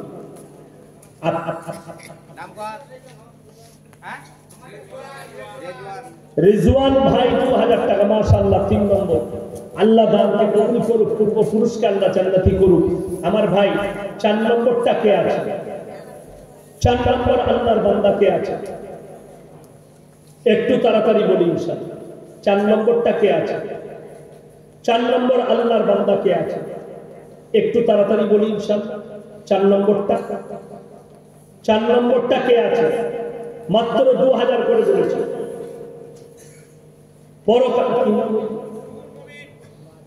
নূর মুমিন, নূর মুমিন, মাশাআল্লাহ। 4 নম্বর হয়ে গেল। 5 নম্বরটা কে আছে? 5 নম্বর আল্লাহর বান্দা, মাত্র 2টি করে 1000 টাকা বলেছি। 5 নম্বরটা কে আছে? আমার কুল ভাই আছে। 5 নম্বরটা একটু তাড়াতাড়ি বলুন। 5 নম্বরটা কে আছে? 5 নম্বর আল্লাহর বান্দা কে আছে? একটু তাড়াতাড়ি বলি ইনশাআল্লাহ। 5 নম্বর, 5 নম্বর দেখি কে আছে? একটু তাড়াতাড়ি হাত তুলেন। 5 নম্বর মাত্র। এই 5 নম্বরটা কে আছে? হাত তুলেন। আল্লাহর কোনো বান্দা নেই। এই শেষ ভালোটা, সব ভালোটা। এই 5 নম্বরটা দিয়ে 2000 টাকা শেষ। সাকিস মুমিন, মাশাআল্লাহ। 2000 টাকা। আল্লাহ দানকে কবুল করুন, জানে মানে ইজ্জতে বরকত দেয়। আমার ভাই আমি বলবো 20 জন 1000 করে হাত তুলেন তো। মাত্র 1000 করে 20 জন কে কে আছে? একটি করে 1000 টাকা। মুকসেদুল মুমিন 1000 টাকা, মাশাআল্লাহ। আল্লাহ দানকে কবুল করুন। তাড়াতাড়ি হাত তুলেন। 1000 করে। আব্দুর রউফ 1000 টাকা। বলেন তাড়াতাড়ি। একটি করে 1000 টাকা বলেছি। বরকত মুমিন 1000 টাকা। এটা এটা মুক্তারুল, মাশাআল্লাহ, 1000। আর কে আছে? তাড়াতাড়ি বলুন ভাই। আয়াত হোসেন 1000 টাকা, মাশাআল্লাহ। আল্লাহ দানকে কবুল করুন। আয়াতুল শেখ 1000 টাকা। আল্লাহ দানকে কবুল করুন। ভাই আর কে আছেন? তাড়াতাড়ি বলুন। আর কে আছেন? 5টা হয়েছে, আমি 20টা চেয়েছি। হ্যাঁ, সাবেক মুমিন মাশাআল্লাহ 6 জন হয়েছে। 7 নম্বরটা কে আছে? 7 নম্বর কি?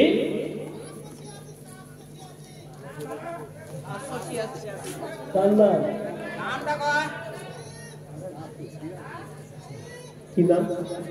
সাজিদ। সাজিদ 1000 টাকা নগদ দরিয়াপুর। জাহিঙ্গীর মমিন 1000 টাকা। 786 1000 টাকা, তাই তো?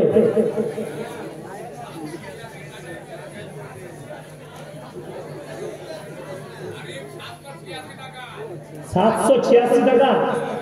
786 টাকা নেবো না, 788 নেব। ও অন্য বক্তাকে দিবেন 786। আমার কাছে বেদাত হইবে। কত? নগদ নিয়ে এসো। আর কে আছেন ভাই? 1000 করে বলেছে, তাড়াতাড়ি বলুন। ও 786 টাকা দিবে, আমাকে মনে করছে এটা জিলাপি হুজুর, তাই না? ওটা জিলাপি হুজুরকে দিবে 786 টাকা, আমাকে নয়। বেদাত।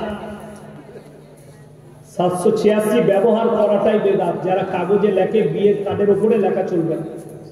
786 লিখবেন বিসমিল্লাহির রহমানির রহিম, এইটা লিখবেন। 786 লেখার দরকার নেই। আব্দুল খালেকটা কেটে দেন। কত আছে? হ্যাঁ, 2500, 2100। আচ্ছা, বেনামে আর একটা 2100 আছে, লিখলেন বেনামে একটা নগদ 2000 টাকা 2100 দিয়েছে।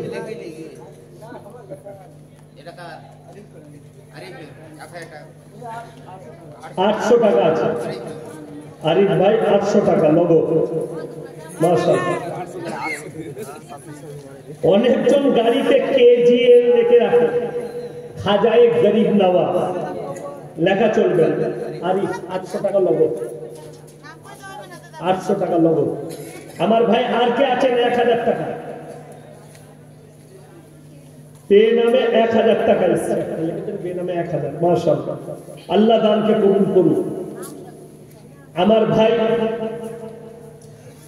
আপনারা 500 টাকা করে আপনারা বলুন কে কে দিবেন? 500 করে, মাত্র 500 খেটে খান, এই মক্তবের জন্য দিবেন 500 করে টাকা।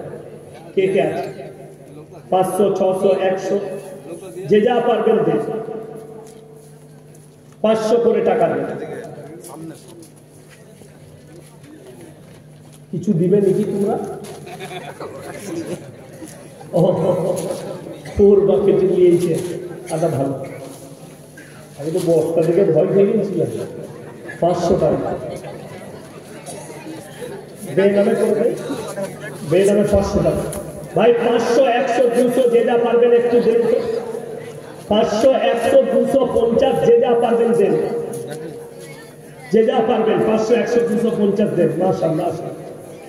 কি নাম?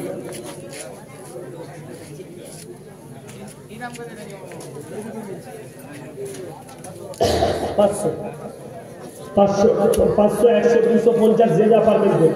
200 টাকা। মাশাআল্লাহ। না, ওরা নাম লেখা দরকার নেই। ভাই তাড়াতাড়ি আসুন। আরো যদি কেউ 1000 টাকা, মায়ের দিকে বলবো আপনারা 200, 150 যদি পাঠান তাহলে পাঠিয়ে দেন তাড়াতাড়ি। মাশাআল্লাহ। 100 টাকা দিয়েছে আর একজন ভাই, আল্লাহ দানকে কবুল করুন। ভাই 500, 100, 200 যে যা পারবেন দেন। মাশাআল্লাহ। আসুন ভাই। আরো একজন ভাই 500 টাকা দিয়েছে নগদ। মাশাআল্লাহ। আসুন। মাশাআল্লাহ। 100 টাকা নগদ ভাই।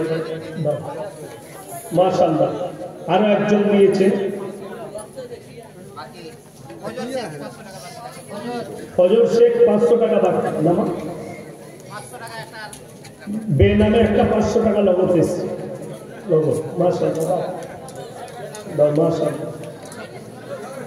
আচ্ছা, 250 টাকা বেনামে এসছে, এখানে নামিয়ে।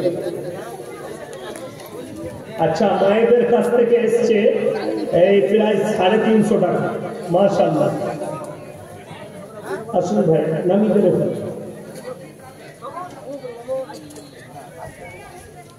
আসুন ভাই মাশাআল্লাহ এই টাকাগুলো আমাদের দিয়ে দিন মাশাআল্লাহ দেখি জাযাকাল্লাহ আসুন ভাই আর কে আছে বেনামি 500 টাকা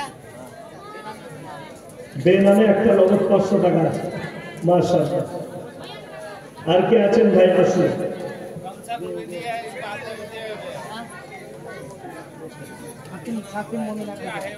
কি মুমিন কাসিম মুমিন 1000 মাশাআল্লাহ আল্লাহ দানকে কবুল করুন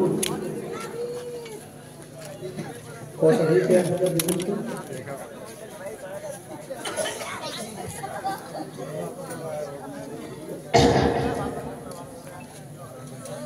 আর কি আছেন ভাই আসুন আচ্ছা মায়েদের কাছ থেকে অনেক টাকা এসছে মাশাআল্লাহ অনেকগুলো খুচরো টাকা মায়েদের কাছ থেকে এসছে মাশাআল্লাহ আসুন ভাই আর কে আছেন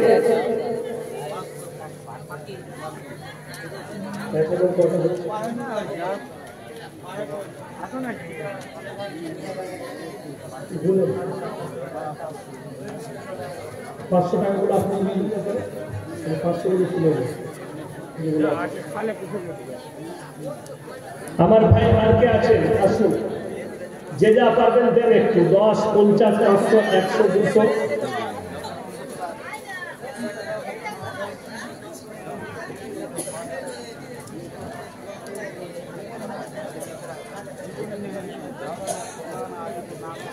এই যে এটা রাখে খুচরো গুলো দিয়ে দেবে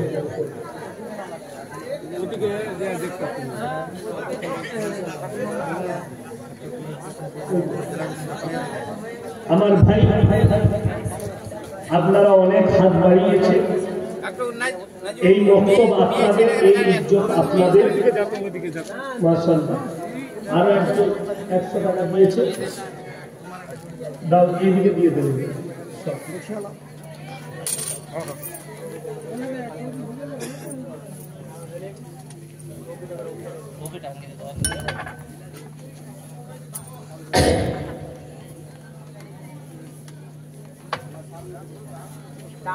চাদর নিয়ে না হয়ে গেছে এদিকে